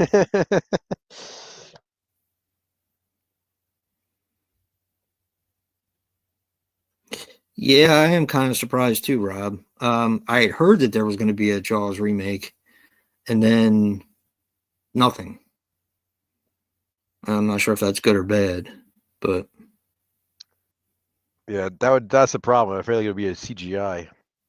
Yeah, they tried it. They tried that in Jaws 3. That wasn't even CGI. That was like a torpedo. Painted like a shark. That was like computer graphics, like your old Macintosh. It was That so was like bad. that was like the screensaver in Blank Check. Yeah. I've never seen Blank Check, but yeah. Fireworks have been going off on that. There's some good ones, Kelly. Brain Scan. Brain Scan, Popcorn, Killer Party. Hell yeah. They would all be fun. Brain Scan would be fun because they would have to use like more recent technology. No, but what they should do is they should just cast Edward Furlong in the same role and have him be the same age that he was in the first movie.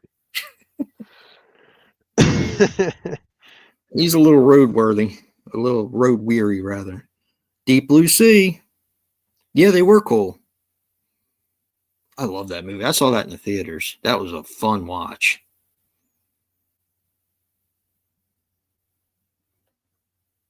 Poor bird got eaten by the shark. Fucking bird. Yeah, Demons would be a fun one. I feel like they could do that though, and they wouldn't have to tweak much. Yeah, but let's not, because then that makes it a 12-film franchise. Jesus. Yeah, Rob and I were talking about that tonight. Rob from Body Bags.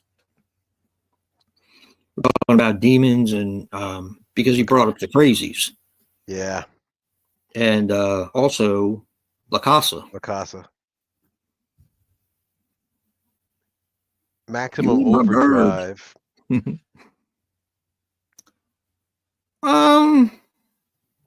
Kind of already have two of those with trucks. Yeah. You know, I wanted to get that so bad. I finally found it at a thrift store. Trucks? And I had seen it. Trucks. Yeah. I had seen it, and I haven't watched it in a long time, and I still haven't watched it since I got found it not long ago, actually, at a thrift store. Did you get it? Yeah, of course. Yeah.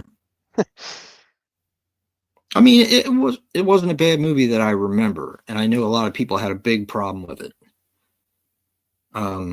That's one of the movies that people like to crap on. Rob says, how about a remake of Christine? We already got that. It's called Halloween Ends. Oh, damn. Well, it is, no? It is, yeah. Halloween Ends is literally a Christine remake, a loose Christine remake, also a Halloween sequel. It's a hybrid. So and I'm not even saying it as like a joke. I mean, the filmmakers admitted it. That's what they were doing. Yeah. Now I get pissed off all over again because I was watching, and I don't normally watch Pizzo. Yeah, I know he's his name. Yeah, Pizzo. So he just got a Halloween box set from a guy on Etsy who makes his own. There we go. Book covers, right? And he got all the way up to Halloween Ends, right? And of course, being sarcastic, saying that this was his favorite movie of the franchise, and how the back should have had nothing but Corey Cunningham on it. Being, of course, sarcastic again. Yeah. So, Christopher, I would watch a Cujo remake. I mean, I love the original, so. Me too. My wife doesn't want to watch it because of the dog. Plus, they had St. Bernards ever since I knew him. Craig, I just pulled my DVD copy of Breakdown recently because I feel like rewatching that, and I haven't watched it yet, but I was doing some organizing the other day, and I came across Breakdown, and I put it aside so I can watch it. I haven't seen that in a long time. That one's good. Yeah. Nobody ever talks about that one either. It actually not long ago got some attention because Paramount released that 4K box set, and that was one of the movies in there, and people were like going nuts. People were going nuts over it because like, oh, finally Breakdown in high def. So I know I have that somewhere downstairs. Yeah, probably should be upstairs because isn't it a horror movie? I being you would consider it one, yes. I'll go for it. It's one of those people say, "Oh, it's a thriller." You know, you and I, it's horror. Yeah, it's a good thriller. I love Dead End, Christopher. Good Christmas movie. That's another one. I hated the first time I watched it, but I really like it now. It's just, you know me, I movies where they can't seem to get out of where they are bother me. It's almost like the Groundhog Day version of a horror film. And it just Happy Death Day. No, I don't mind Happy Death Day, or the sequel. I mean, that is Groundhog Day and as a horror Yeah, movie. it is. But more so when someone's stuck in a place and they can't, like the Iron Rose. Even though I love the Iron Rose, Ooh, yeah. but if a character's like stuck in a place and they can't get out, it just like maybe it's because of something that I fear. We I don't got know. a 5-minute warning, by the way, here. For what? New Year's? Oh shit! For what? It's New Year's Eve, pal. Should I watch them drop? Where's Are you Bruce gonna watch Willis? your Welcome balls to the drop? party, pal. Are you gonna watch your balls drop, Joe? Yeah. The Iron Rose is one of my all-time favorite horror films, Chris. I love the Iron Rose. Love it. Oh, Twilight Zone. They played oh, I told you. They played yeah. The After Hours. Yeah. I love that. Oh god. Yeah, I thought you meant After Hours by Scorsese at first. I was like, that's random. That's another one I didn't like the first time I watched it. Damn. I didn't. I was so disappointed because I thought it was going to be more of a comedy, and it ended up being more of a dark comedy. Like I thought it was going to be like a laugh out loud sort of funny. So you didn't like Yeah. comedy in your horror, but you No. want it to be a regular comedy after. Well, regular comedy's fine. That's why I like it, because it's a dark comedy. I love dark comedies. Yeah. I like it now. I just didn't like it then. So, and the fact of Cheech and Chong stealing everything Mm. every 5 minutes. Like they showed up multiple times during that. Yeah.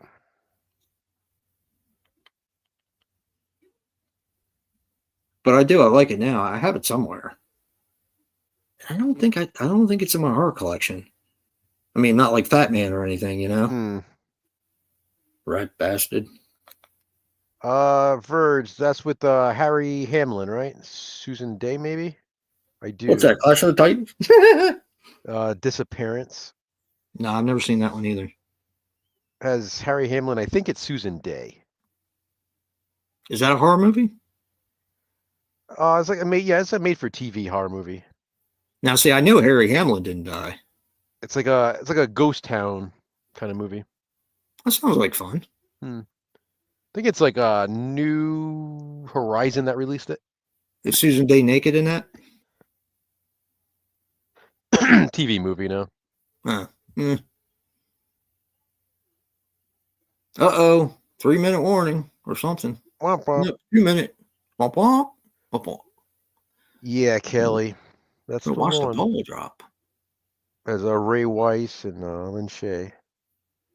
Dead End? Yeah, Kelly was asking if that's the one. Yeah, that's a good one. I think I sent you the screener of that. Yeah, I have the body bag version too from Best Buy back in the day. Hell yeah. I got the one for Boy Eats Girl. Yep, I have the Warlock movies in the body bag. Oh, I have Dead End. that would be cool. Having the Warlock. It had all 3 of them in there? First 2. Oh. The individual, like, has part 1 in the body bag, part 2 in the body bag. I don't even know where I put that.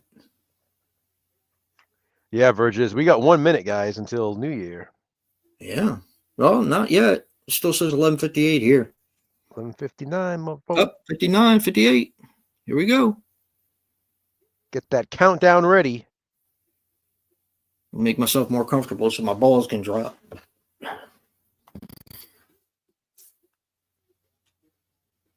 What the hell is this? Now it's on the side of the building. Huh. Here we go.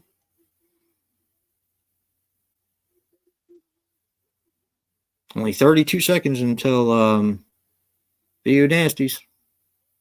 Yep. At midnight, our very first Video Nasties. Yep. Video goes live. And we have 10 seconds now. You're off. I'm looking at the thing online, like literally counting down. Okay, come on now. What am I slagging here? Yeah. It is 12 a.m. right here. Boom. I still got 5 seconds. All right, now it's Happy New Year, damn it. Happy New Year. Yep. All right, see you guys. No, okay. Yeah, Rick Springfield was supposed to play tonight on some channel. I don't know. I think she's up there. Well, she was up there watching. I don't know what she's doing now. Happy New Year, everybody. Yep. Happy New Year, guys. Thank you so much for coming along with us. Fireworks going off right now in my neighborhood. Yeah, mine too. I still got the Christmas tree lit. Did you take yours down? Nah. Yeah. Got it lit. It's blinking. And I hear people outside saying, Happy New Year. Go back in your fucking house. It's too cold out there. 2025. What do you think, Joe? Is it going to be better or worse? I hope. Well, let's hope that it's better. I hope so. I think it's pretty cool that right now I can look at our channels and see the very first Video Nasties Challenge video. Which is? Midnight, of course. Of course. That was Joe's bright idea, by the way. Which actually I thought was quite clever.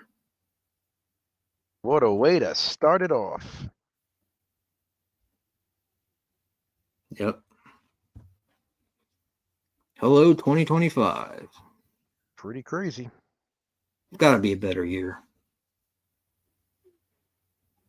I can't believe it, though, already, huh? I know. This year went by so fast. And, even though we did have a head start on Franchise Frenzy, we were watching movies well into March, April, May. Yeah, definitely later in the year. Yeah. Yeah. Everybody in the chat, what are your New Year's resolutions? Let's see them. What is yours, Joe? I don't know. I can tell you my son's. I told you already. So my son's starting, well, tonight now on January 1st, starting today, tonight, whatever. He's going to be watching every single movie he owns in his collection in alphabetical order. So he's going to start with the very first movie, and he's going to make his way all through his entire collection throughout the year and see how far he can get. Awesome. So that'll be pretty cool, especially when he gets to like the franchises and stuff. Gets to watch them all in a row and marathon them and good stuff. I think I'm going to try to be calmer.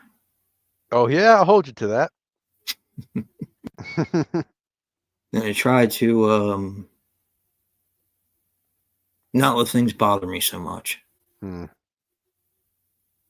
mean, that's a good one. It's easier said than done, but it's a good one. It is easier, especially with the road we got going on. So. Yep. Gonna try, though. Yeah.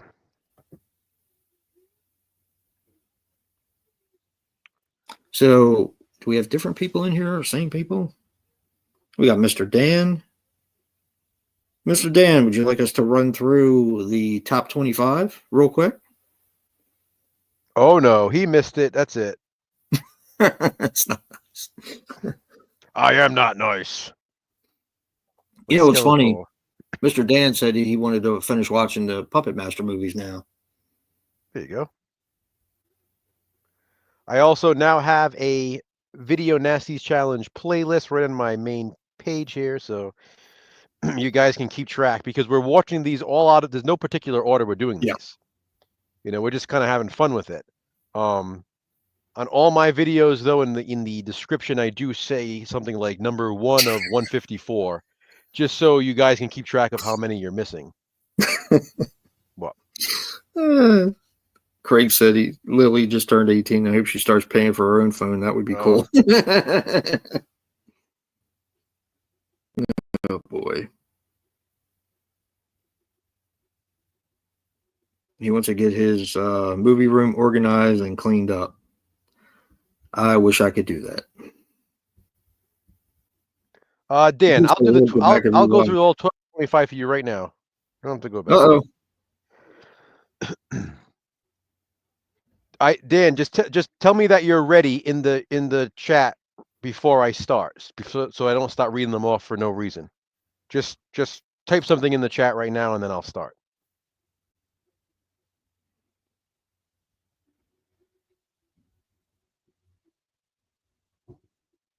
It's time for the 25.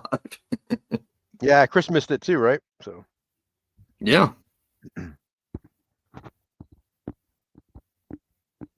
There you go, all right, Christopher. because we went through them, like we talked a lot about them, so I'm just going to read them off. That's cool. He's ready. That's all right. At number 25 was Jeepers Creepers. 24 was Critters. 23 was The Omen. Although the first Omen wasn't counted. 22 was Leprechaun. 21 was Jaws. 20 was The Exorcist. 19, Children of the Corn. 18, Wrong Turn. 17, Insidious. 16, Pet Cemetery. 15, Final Destination. 14 was Tremors. 13 was Child's Play. 12 was Predator. 11 was The Evil Dead. Now the top 10.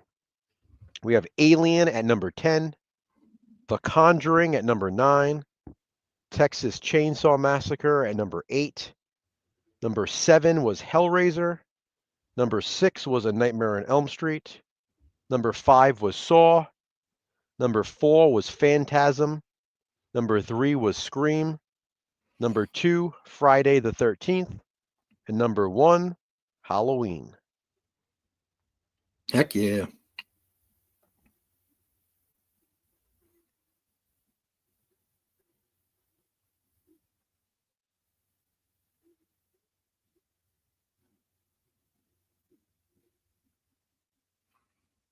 I hear you, Craig.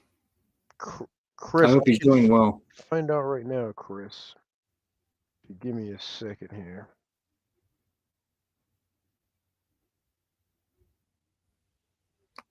Yeah, the Howling. Jesus. Joe and I did the Howling. I know Christopher did the Howling, I'm pretty sure. Yeah. They were only at least 4 people had to do in order to make the top 25. At least 4 people had to do the Howling in order to make the top 25. So that would be Joe, myself, and Christopher. So, yeah. Plus, a lot of those are well, not a lot of them. Some of them are pretty hard to get a hold of. Like New Moon Rising, I think. Mm-hmm. And The Howling Reborn isn't exactly something you find every day. Freaks. You know, some of those are easier to find. You can buy them on a box set, but Chris, your top franchise was The Evil Dead, followed by Alien with the close second. and who was that? That was Chris. Nice. Yeah, I was so jealous that you did the Blind Dead. Joe and I will touch on that eventually, probably with a ranking. May not be this year, but we'll touch on it eventually. We're actually prepared, so.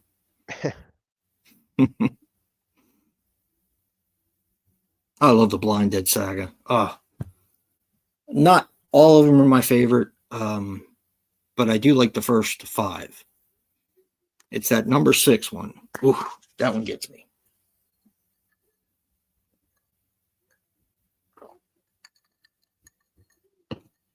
Oh, By.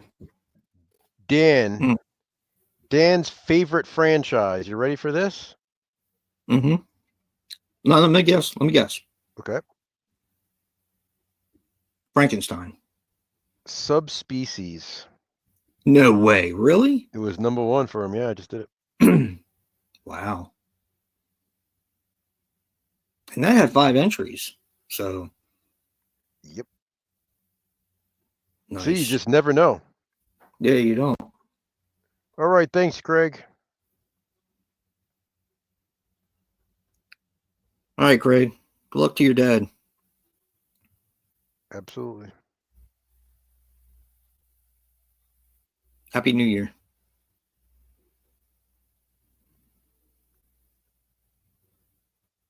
By the way, we're going to finish the Video Nasties Challenge on New Year's Eve of 2025 of this year. That will be our last Video Nasties Challenge video. Yep. And that means a year from now, on this very stream, we will be ranking the Video Nasties on it'll be a Video Nasty New Year's Eve, 1 year from today. Yep. That is going to be hard. I'm already having trouble with it. That is going to be a tough one. Okay, the Yeah, Jonas Dan, it Brothers, did. That's why you just never know. That's why this franchise frenzy was pretty cool, I think. I don't think Dan heard yours and my top one. My top was Scream, and Joe's, yours was? Phantasm.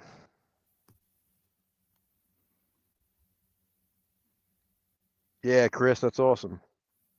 Evil Dead and Alien. Yes.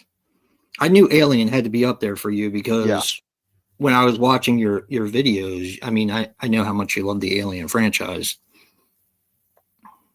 And I'm right there with you. I do think Romulus is the best one to come out in a while. The best new one. Yeah. Even though I do like I like Covenant. I like actually I like all the whole Alien franchise. Some more than others. Mm-hmm. But I do like them. It's going to be got all my information written down here.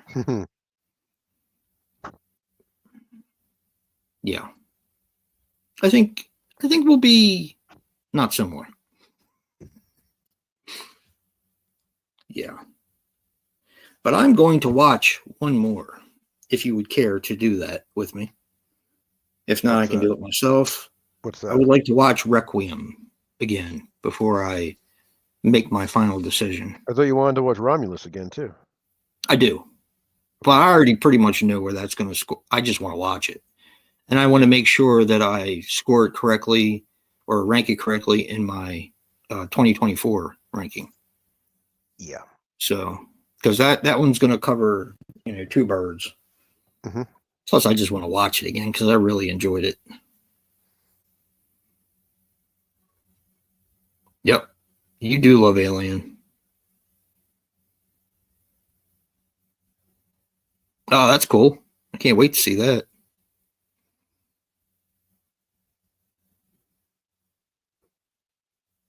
Yep, Franchise Frenzy was awesome. I really enjoyed it. It was. Can't believe it's officially over. I know. Eye-opening. And it was such a good idea from the beginning. Maybe not with the best intentions at first. Or no, we had the best intentions. It just came from a place where I think we were both kind of irritated at the time. Mm-hmm. But a good challenge came out of it. Exactly. So, I mean, I'll never take that back. Christopher, I think we're going to end up with we're doing like a top 30, I think, for 2024 at this point. I think we have about 30 movies on our 2024 list. Yeah. For the ranking. Yeah, quite a few. So some we still have to watch. That'll probably be February. We probably do that one.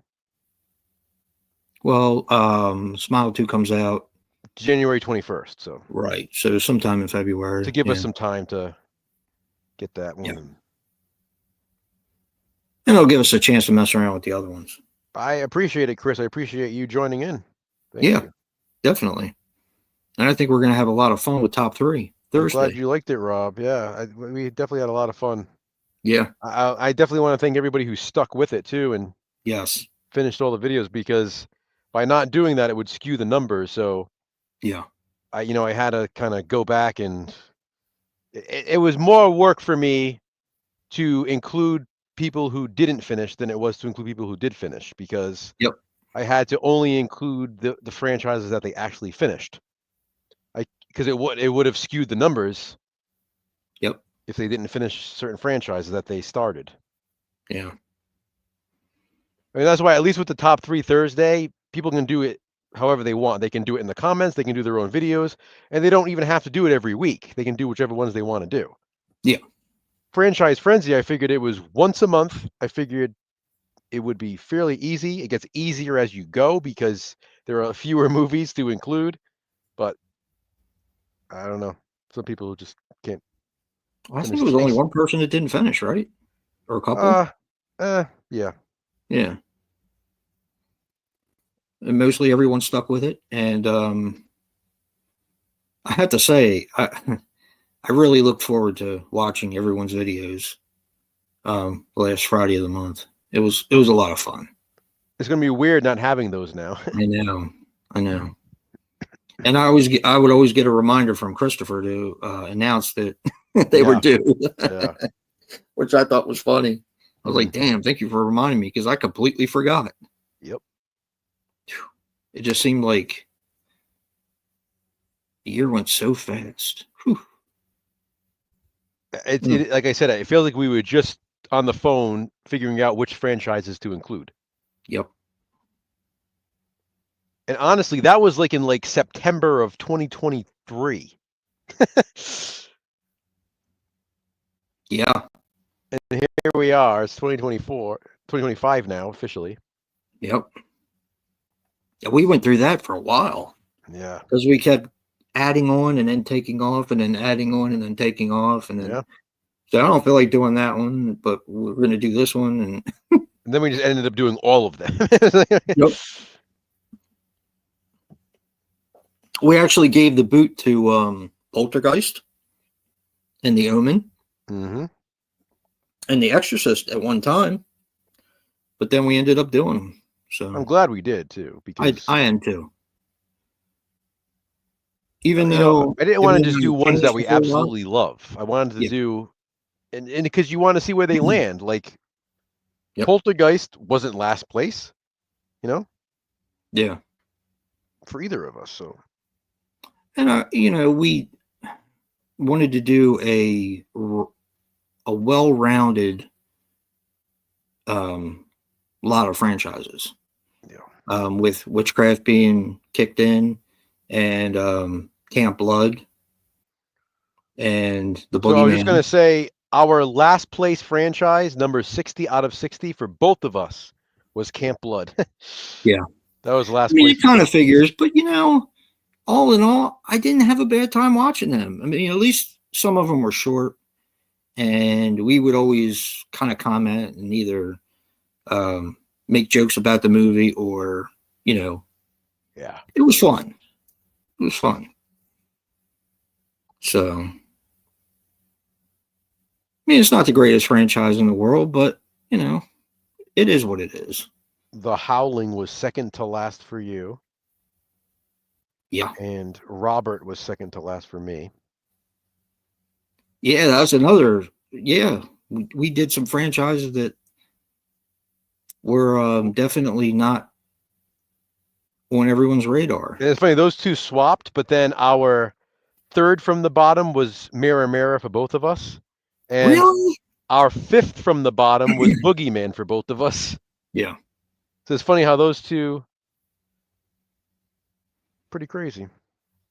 And some of these, like case in point, Mirror Mirror, I had only seen the first one. I hadn't seen the rest of them, and I had owned them for so long that it was nice to be able to watch them. I might not return to some of them. Some of them I might return to. I like part one a lot. I like part 4 a lot. Yeah, part 4 is really good. Part 2, the kid. Yeah, that kid was annoying as shit. Oh my god. Ugh. And I hate to be like that, but no, he was just annoying. Truly, he's one of the most annoying kids in horror history. Yep. I mean, people complain about the Babadook, but man, this kid was. Whew. Oh yeah, he was an asshole. Yep. So, and then we got a lot of good ideas from you guys. Like, eventually, Joe and I are going to be tackling the Resident Evil franchise. Yes. A few people that did that. We're going to be tackling the Fly franchise. You know what I'm I think- surprised nobody did? What? Underworld. Yeah, kind of. Yeah, I'm kind of surprised about that too. Although the thing that makes me a little not surprised is the fact that they did so many movies, and there was a couple of them that I think went under a lot of people's radar. I mean, I have them all, and Well, I mean, there's you only have them, 5. don't That's you? why I figured it wouldn't be too bad. Yeah, but like the last two, I mean, I saw Blood. Yeah. I saw the one before the last one. I saw part 4 in the theaters, Yeah. and there was hardly anybody in there. Mm. Actually, I saw the first one, and it was packed. I saw the first one with my wife. And we'll be tackling that eventually. Yep. Yeah, we did Wishmaster, Christopher. Yeah. That's another one. I was surprised kind of didn't make it, but I think Yeah, only Dan. how many people did Wishmaster? It was only 3, right? I think only 3 of us did it. Yeah. I thought everyone's picks for franchises were great. I'm glad people did different things that we did. Yeah, me too. Like Rob did Resident Evil. Dan did the Frankenstein franchise. Brad did Debbie Does Dallas. Yep. And it was just a really nice mix of Yeah, for sure.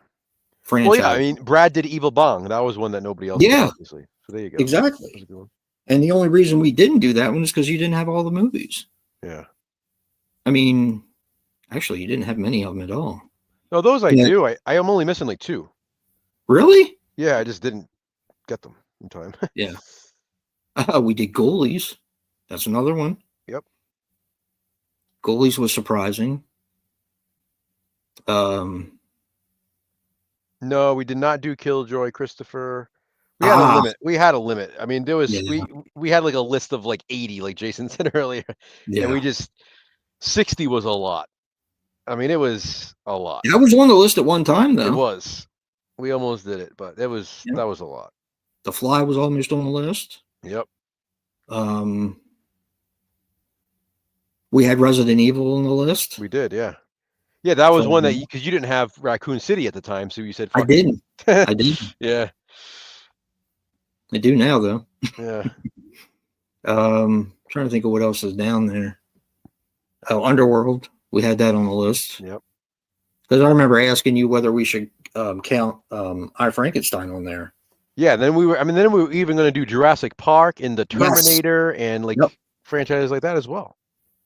And Jurassic Park would have went really well with it. And Yeah, we ended up doing that anyway. We ended up doing it anyway. Well, that's coming up, right? Yeah.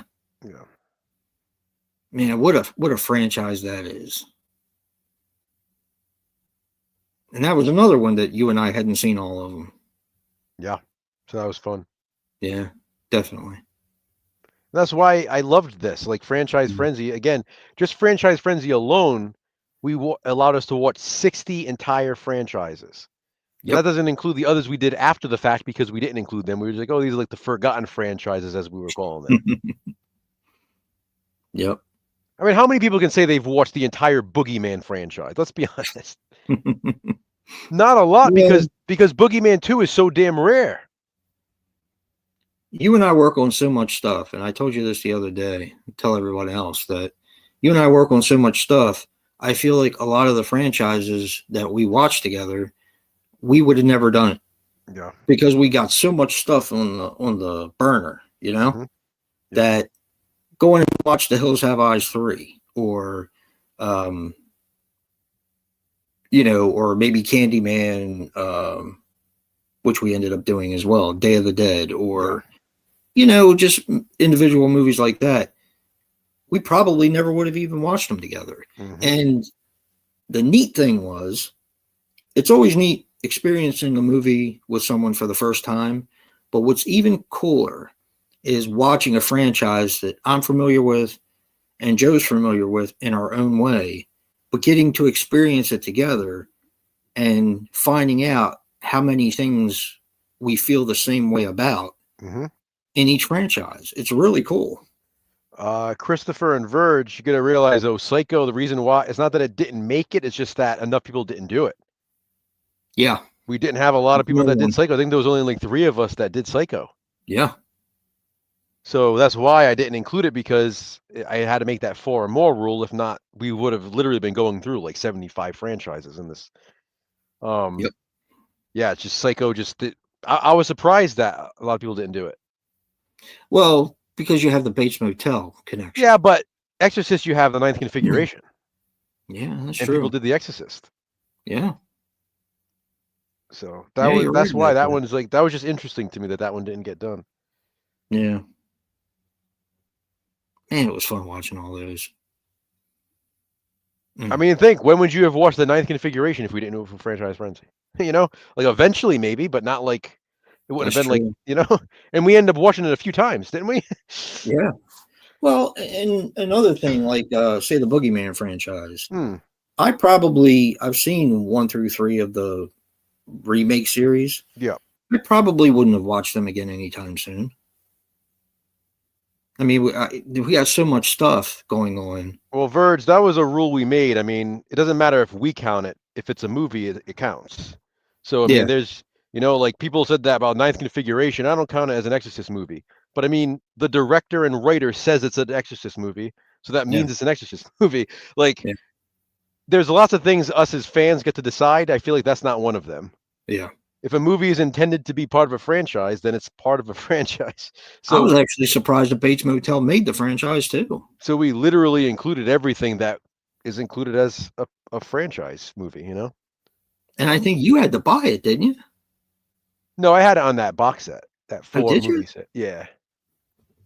I mean, yeah, I mean, I get that, Verge, but that's like saying Halloween 3 doesn't fit into the Halloween franchise, you know? It's just, I actually think it fits more than I had remembered it fitting. Like when we watched it for Franchise Frenzy, I was like, you know what, this isn't that bad. Like I was dreading that movie. I was know. dreading it. And then when we watched it, we were like, huh, you know what? It's not that bad. Yeah. So Petty, what the hell's her name? Lori Petty? Lori Petty, yeah. Yeah. She was actually quite good in that. Yeah, no, I enjoyed it more this time than ever, you know? No, Christopher, the Bates Motel was a TV movie from with Lori Petty. Yeah, whenever what 80s? Yeah. They actually included it with the with parts 2, 3, and 4. There you go. And that's another reason right there. It's part of the Psycho franchise collection. Yeah. Now, Arrow didn't do it, I don't believe, unless they have it as a special feature. Yeah, no, they did it. No. Yeah. Universal did it. Yeah. But I think that one was trickier because that Universal set was kind of one of those things where it was like the rights issues with that one was a little different, I guess. Yeah. Well, Verge, we did Amityville for Franchise Frenzy, but we only included the 11 canon films. But that to me is different. I mean, Bates Motel, the movie, is following the Psycho storyline, whereas Amityville, people are just using the name. Yeah, that's true. We did do the 11 canon Amityville films, though, for Franchise Frenzy, but nobody else really did them, so. Hey, Happy New Year, Danny. Hey, Danny B. For you Happy as well, New Year, buddy. man. Yeah, I hope it's a better year than last year. We always hope that, though. The year's better. I mean, who's going to say I hope it's a worse year? It's kind I of hope 2025 sucks. I just hope I'm not saying the next New Year was like, oh, this year sucked. I know one thing that'll be better. What? This year? I'm not going to say it out loud. You know. No. Yeah. You know. I know. Something that makes 2025, 2026, 2027, 2028 better years than the last 4. Yeah. Yep. So that's a plus. Yeah. Yep. Wouldn't go over well.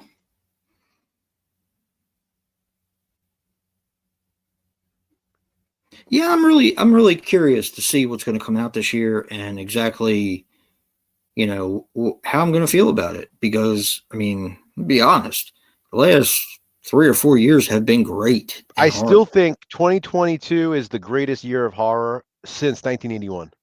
I agree. I agree. 2022 was like it was like a perfect Balls to the storm wall. Yeah. because you had great original new horror films, but you also had all these legacy sequels. Like you had a Yep. Hellraiser, you had a Halloween, you had Scream, you had a Jeepers Creepers. I mean, Predator. you had all evil. I mean, you had all these different movies that Were great. crazy. Yeah, Yeah. Yeah, that was a really good year. And it's going to be hard to rank that. again. Yeah. Rob, no, not over here. New Jersey seeing a lot of them. No, no, All the drones. no. Not yet. My stepfather and son got both got drones for Christmas. I said, you're gonna get them shot down if you start flying those things. Either that or you'll put your eye out. You'll chop your fingers off. Yeah. My brother-in-law does stuff with drones. He's actually really good at that kind of stuff, but he's very technical. He knows all about computers and Yeah. all about technology and all that kind of shit. He's been doing it for years. Before there were drones, he used to fly those airplanes that are like, yay big all around. He tried to teach me how to do it, and I just crashed it into the fucking ground. I just don't have the. Yeah. I mean, it's something that you really have to practice with, though. Yeah. Yeah. Wow. Video nasties. I saw your. Yeah. I saw the first video nasty video pop up. Yeah. And I have to say, I'm kind of excited. I'm definitely excited. We've been working on this for a long time already, so Yeah. Well, I mean, there was getting all the movies and Jesus, man, exactly. it's a feat in itself. There are a few that are extremely hard to get. Yep. Extremely hard to get. There are a few that aren't available. Yeah, that's what I meant. Yeah. Like, I mean, yeah. You know what else I'm curious about is that we haven't seen each other's videos yet, obviously, and we No. have like months worth done, so we have no idea how we've even done our own videos. So I'm very curious. It's gonna be We've fun to always watch your been video. really, really good with how we've done things. I mean, we do things a little bit different, but we also keep the same format, Yep. So I'm very curious to see your video as compared to mine. Is 154, Rob. This is our biggest challenge yet. 154 video nasties. Yep. And like I said, it starts right now on January 1st, and it will end on December 31st. Yep. And we literally have a calendar with all of them written out, so we know that it works out that way. I don't even know if I moved everything the way I was supposed to the other night. I hope so. Especially these. I mean, that's important. Yeah. Well, there was only one I had to move of that. It was just the other things. Oh yeah, that's true. It was only one that was done. Yeah, that's not a problem. I did move that one. Oh man, I want to watch it again. Oh yeah. Yeah. Okay, I put it on, Mhm. and then I saw that I watched the documentary, right? Yep. And I was like, man, I want to watch this again. Mhm. And in order to keep myself from doing that, I ran upstairs and got Opera. Yeah. So I could still watch it, but not watch it. Yeah, Rob, we have all the movies out ready for Video Nasties because we've already been watching them. We have probably I think we have over 40 already watched and filmed. Yep. Out of the 154. Yeah. Christopher, I mean, I'm looking forward to both. I mean, Nasties is huge because that's like our big challenge this year. Yeah. Tuesday, the top 3 Thursdays, they're short videos. They're quick, straight to the point. They're more Yeah, like we just kinda wanted to interactive. talk about them a little bit and not go overboard, you Yeah. know? Yeah. Just like say a few words about them and kind of let it go at that. Hmm. And we're not doing them in any sort of order. And that makes it a little bit easier. Oh, the Nasties, you mean? No, well that too, but the Thursday top 3. I mean, they're just 3 of your top favorite movies, not Oh necessarily yeah, like in there's order. no in no particular order. Right. Exactly. Yeah. But yeah, Rob. Yeah, it is a pretty good start. We definitely have over 40 watched and filmed already. Yep. Yeah, we knock them out pretty quickly. The videos themselves too are fairly easy to do. We sort of had like a Template. template of how we're doing these videos because we wanted them to be sort of more informative than actual traditional reviews. Like they're in essence a review, but not like the type like I like this movie because and this and that. We're kind of like you'll see when you watch the first video, you'll see how we handle them because they're all going to be consistently the same. Yep. Like this is how each video nasty video will be. Yep. I'm always nervous when I make the first one. Always. Now I got it to the point where, yeah. And we're not always going to agree. And sometimes, well, you'll see when you watch them. Sometimes we do, sometimes we don't. Yeah. I've had a lot of fun with it so far. There's a couple movies I wish I never would have seen. But then again, if I never would have seen them, then I couldn't say that I've watched all the Video Nasty movies. So maybe there's a few of them I wish I didn't own. So Rob, in every Thursday's video, I give the new theme at some point in that video for the following week. Yep. And then you have the week to film your video and then upload the video on Thursday. And you're just going to say your top 3 that fits that theme in no particular order. And you don't go overboard with an explanation either. Just sort of a couple of words. Like for example, my videos are going to be slightly longer than this because I also have to give the next theme. But I would say keep your videos under like 3 minutes. But Yeah, they I'm don't going have to to be tell long you videos. what mine are, and on average, so far, I can tell you right away. The thing starts working right here. There's no honorable mentions. Nope. You can only mention 3 movies, the 3 movies that you show. No honorable mentions in no particular order and no long explanations. Well, we're glad you enjoy it, Christopher. We do put a lot of time and effort into it. Yeah, we do. Shit. All right. 2 minutes and 45 seconds. There you go. 2 minutes and 45 seconds. Damn, that's good.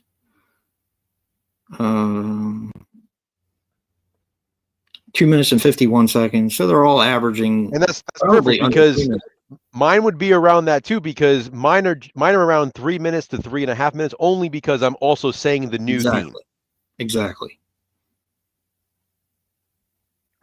Danny, we haven't watched all of them yet, so we're going to be doing actually, like I said, next year in our stream is when we're going to be talking about that. So it's hard to say right now what our worst is for Video Nasties. Oh, I got a pretty good idea. I do right now, but I don't want to give it away. Well, because I really don't know. I mean, we really are. We're not halfway through yet, so yeah. Hey, that's us. Verge has about 90 in his collection of them. Oh, that's great, man. That's like one in a. Got about 60 and a quarter. 64 left to go. Yeah, that's really good. Some of them are so hard to find. Yeah, Rob. We try to be very, very organized. We're like OCD about that stuff. There's shit everywhere. There's shit everywhere down here. I got No, but about the way alphabets we reviews. do things on the actual Oh, okay. channels. Yeah. Um. Yeah. I'm with you, Verge. I'm with you. Some of them I didn't particularly care for, but that's all the point of the challenge is to experience something different. And, I've always been curious about the nasties. I know a lot about what happened and why they occurred. So for me, it was interesting not only to get the films, but to start watching them and to see, like for me and Joe, to see what we thought.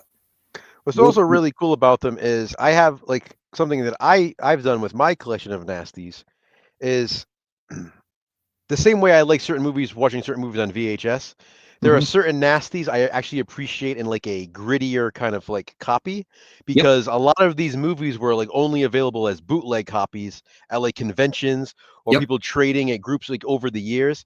So a lot of the nasties in my collection are like these kind of rarer cuts of the film or versions of the film than like a 4K version released by Blue Underground. You know what I mean? Just because to me that's what it's kind of cool to watch a video nasty like that. So I would say they're not all worth buying, but they are all worth obtaining in The some form. way we kind of did our videos, Danny, and you'll see when you watch them, is if we think it deserves basically, if we can understand why it would be a video nasty. And, there's some that, maybe don't qualify. Yeah, I mean, right now I can tell you specifically. We tell you the title of the movie. We tell you some alternate titles, the year it came out. We tell you which section video nasty it is. We tell you The who directed director. the film. We give a brief synopsis of the movie. We give a few reasons why we think it might have made the list, whether or not we agree with it being on the list of Yeah. what we think maybe the censors saw. We tell you what our nastiest moment is personally, just like we did our scariest movie moments. Now we're talking about our nastiest movie moments. Yep. And then we also have our own video nasty scale. So we can range from video nasty, which is like probably shouldn't be on the list, to standard video nasty, to video nastier, and then finally video nastiest, which is obviously reserved for the nastiest of the bunch. Yeah. And sometimes our answers might differ in that. So that's why you got to watch both of our videos to find out what our nastiest moments are and also where we rate the movies on our scale. Exactly. Yeah. You would be very surprised how the movies kind of got around, I guess. And I I mean, mean, I think some of them are nasty enough to ban, some of them, and that's yeah. why they were. I mean, like you have to watch all of them to appreciate the nastiest ones, Yeah. because there are some we watched and we're like, okay, we definitely get it, Yeah. and there are others we watch where we're like, really, this is a nasty. Yeah. So it just depends on the movie, but there are definitely some that are like, whoa, how did they do this? Like, And there's different criteria that we're using for explaining why it might have yeah, been on the list in the first place. And we're sure. trying to put ourselves in the mindset of not only the people that originally were a part of banning these films, Hmm. but also the mindset of how we are now. Yep. And would this actually qualify being a video nasty? So it's interesting to kind of be of two minds when Danny, you're, yeah, yeah, exactly. Danny, have you seen all of them? Because I mean, I'm usually the same way, but I would say there are definitely a few of like the yeah, Nazi exploitation ones that, even if they were made today, would be like pretty serious. yeah. I mean, There's a few of them. there's some seriously vulgar stuff. I mean, and that's not to say that it bothers us, No, but it's to say that if they tried making that movie today, it would still be banned. yeah, It would still receive an X or an MP, NC-17 rating, or would not be given an official rating. It would have to be right. released unrated. There are a handful that we've watched that were like, yeah, this wouldn't even fly today. And those are the ones that are obviously going to be the video nastiest for Yeah. us. but there are a few. I mean, it is surprising to us because we have that same mindset as you. It's hard to look at things like now and say, yeah, it's not as bad anymore. But there are a few. Yeah. I mean, I can think of a few. surprised I by can think some of a few our off the top of my ratings, head too. that would be like, whoa, this wouldn't fly today. Yeah. Yeah, there's a few of them that we've Yeah. been like, okay, Yeah. that's all right. I saw Butthole. Now it goes up at one. I mean, seriously, I literally used that phrase in one of my videos. I said, I see butthole in this movie. It makes the video nasty. I mean, they're not. Think about it. I mean, You said that I was getting ready to die. they're not porn films. So if you're No. seeing a butthole in a movie, chances are it's going to be a video nasty. I mean, come on. I almost died when you said that. Oh, it's true. Remember, I because was you and I, already there. we I were was going already back and there. forth. You're We're like, like, nope, I see it. There remember, it is. we're going back and forth. We're like, what do we think? Video nastier or nastiest? And it was like, oh, there's a butthole. It just made the nastiest list. There's another one. It just made it twice. Oh, that was great.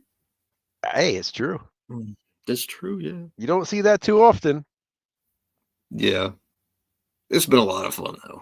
A lot of fun so far. The greasy strangler would probably make the nastiest because of the buttholes. I still haven't seen that. You liked it. That's a fun movie. Yeah, I'll have to get that sometime. Christopher, there's like a variety of movies that are video nasties. They're not all like straight. I mean, there's all different kinds of horror movies on there. Yeah. There are a few that are like really borderline, but yeah, it's whatever they saw. I mean, there's you got slasher movies, you got cannibal movies, you got Jolly, you got Nazi exploitation films, you got Gialli, like Joe said. You have movies that aren't even horror movies, alien movies. Yeah. All different. Yeah, all different kinds of films. I mean, they could have been a nasty, distinguished as a nasty because of, gratuitous nudity and sex. It could have been because of gore and kills. Could have just been because of subject matter. And these are the types of things that we cover in our videos. We explain why it probably made the list. Because in some cases, it's like, this probably only made the list because of maybe this one scene. Yeah. And even if we don't agree, Joe and I still talk it out.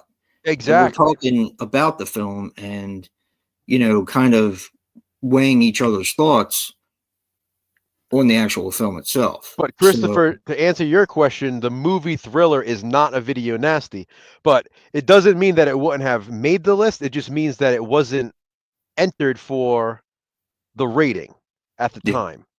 If it, if there's like for example, like Pieces would be would absolutely have been a video nasty, but because it wasn't submitted for rating, it wasn't made a video nasty. They decided to release it unrated instead of trying to get a rating. All right, man. I'm about spent. Yeah, I was going to wait till 1, but we can finish up now if you want. Yeah. All right, guys. Thank you for joining us. Yeah, thank you, guys. We didn't know what kind of a draw we would get out here, talking about Franchise Frenzy and of course the things that we had coming up.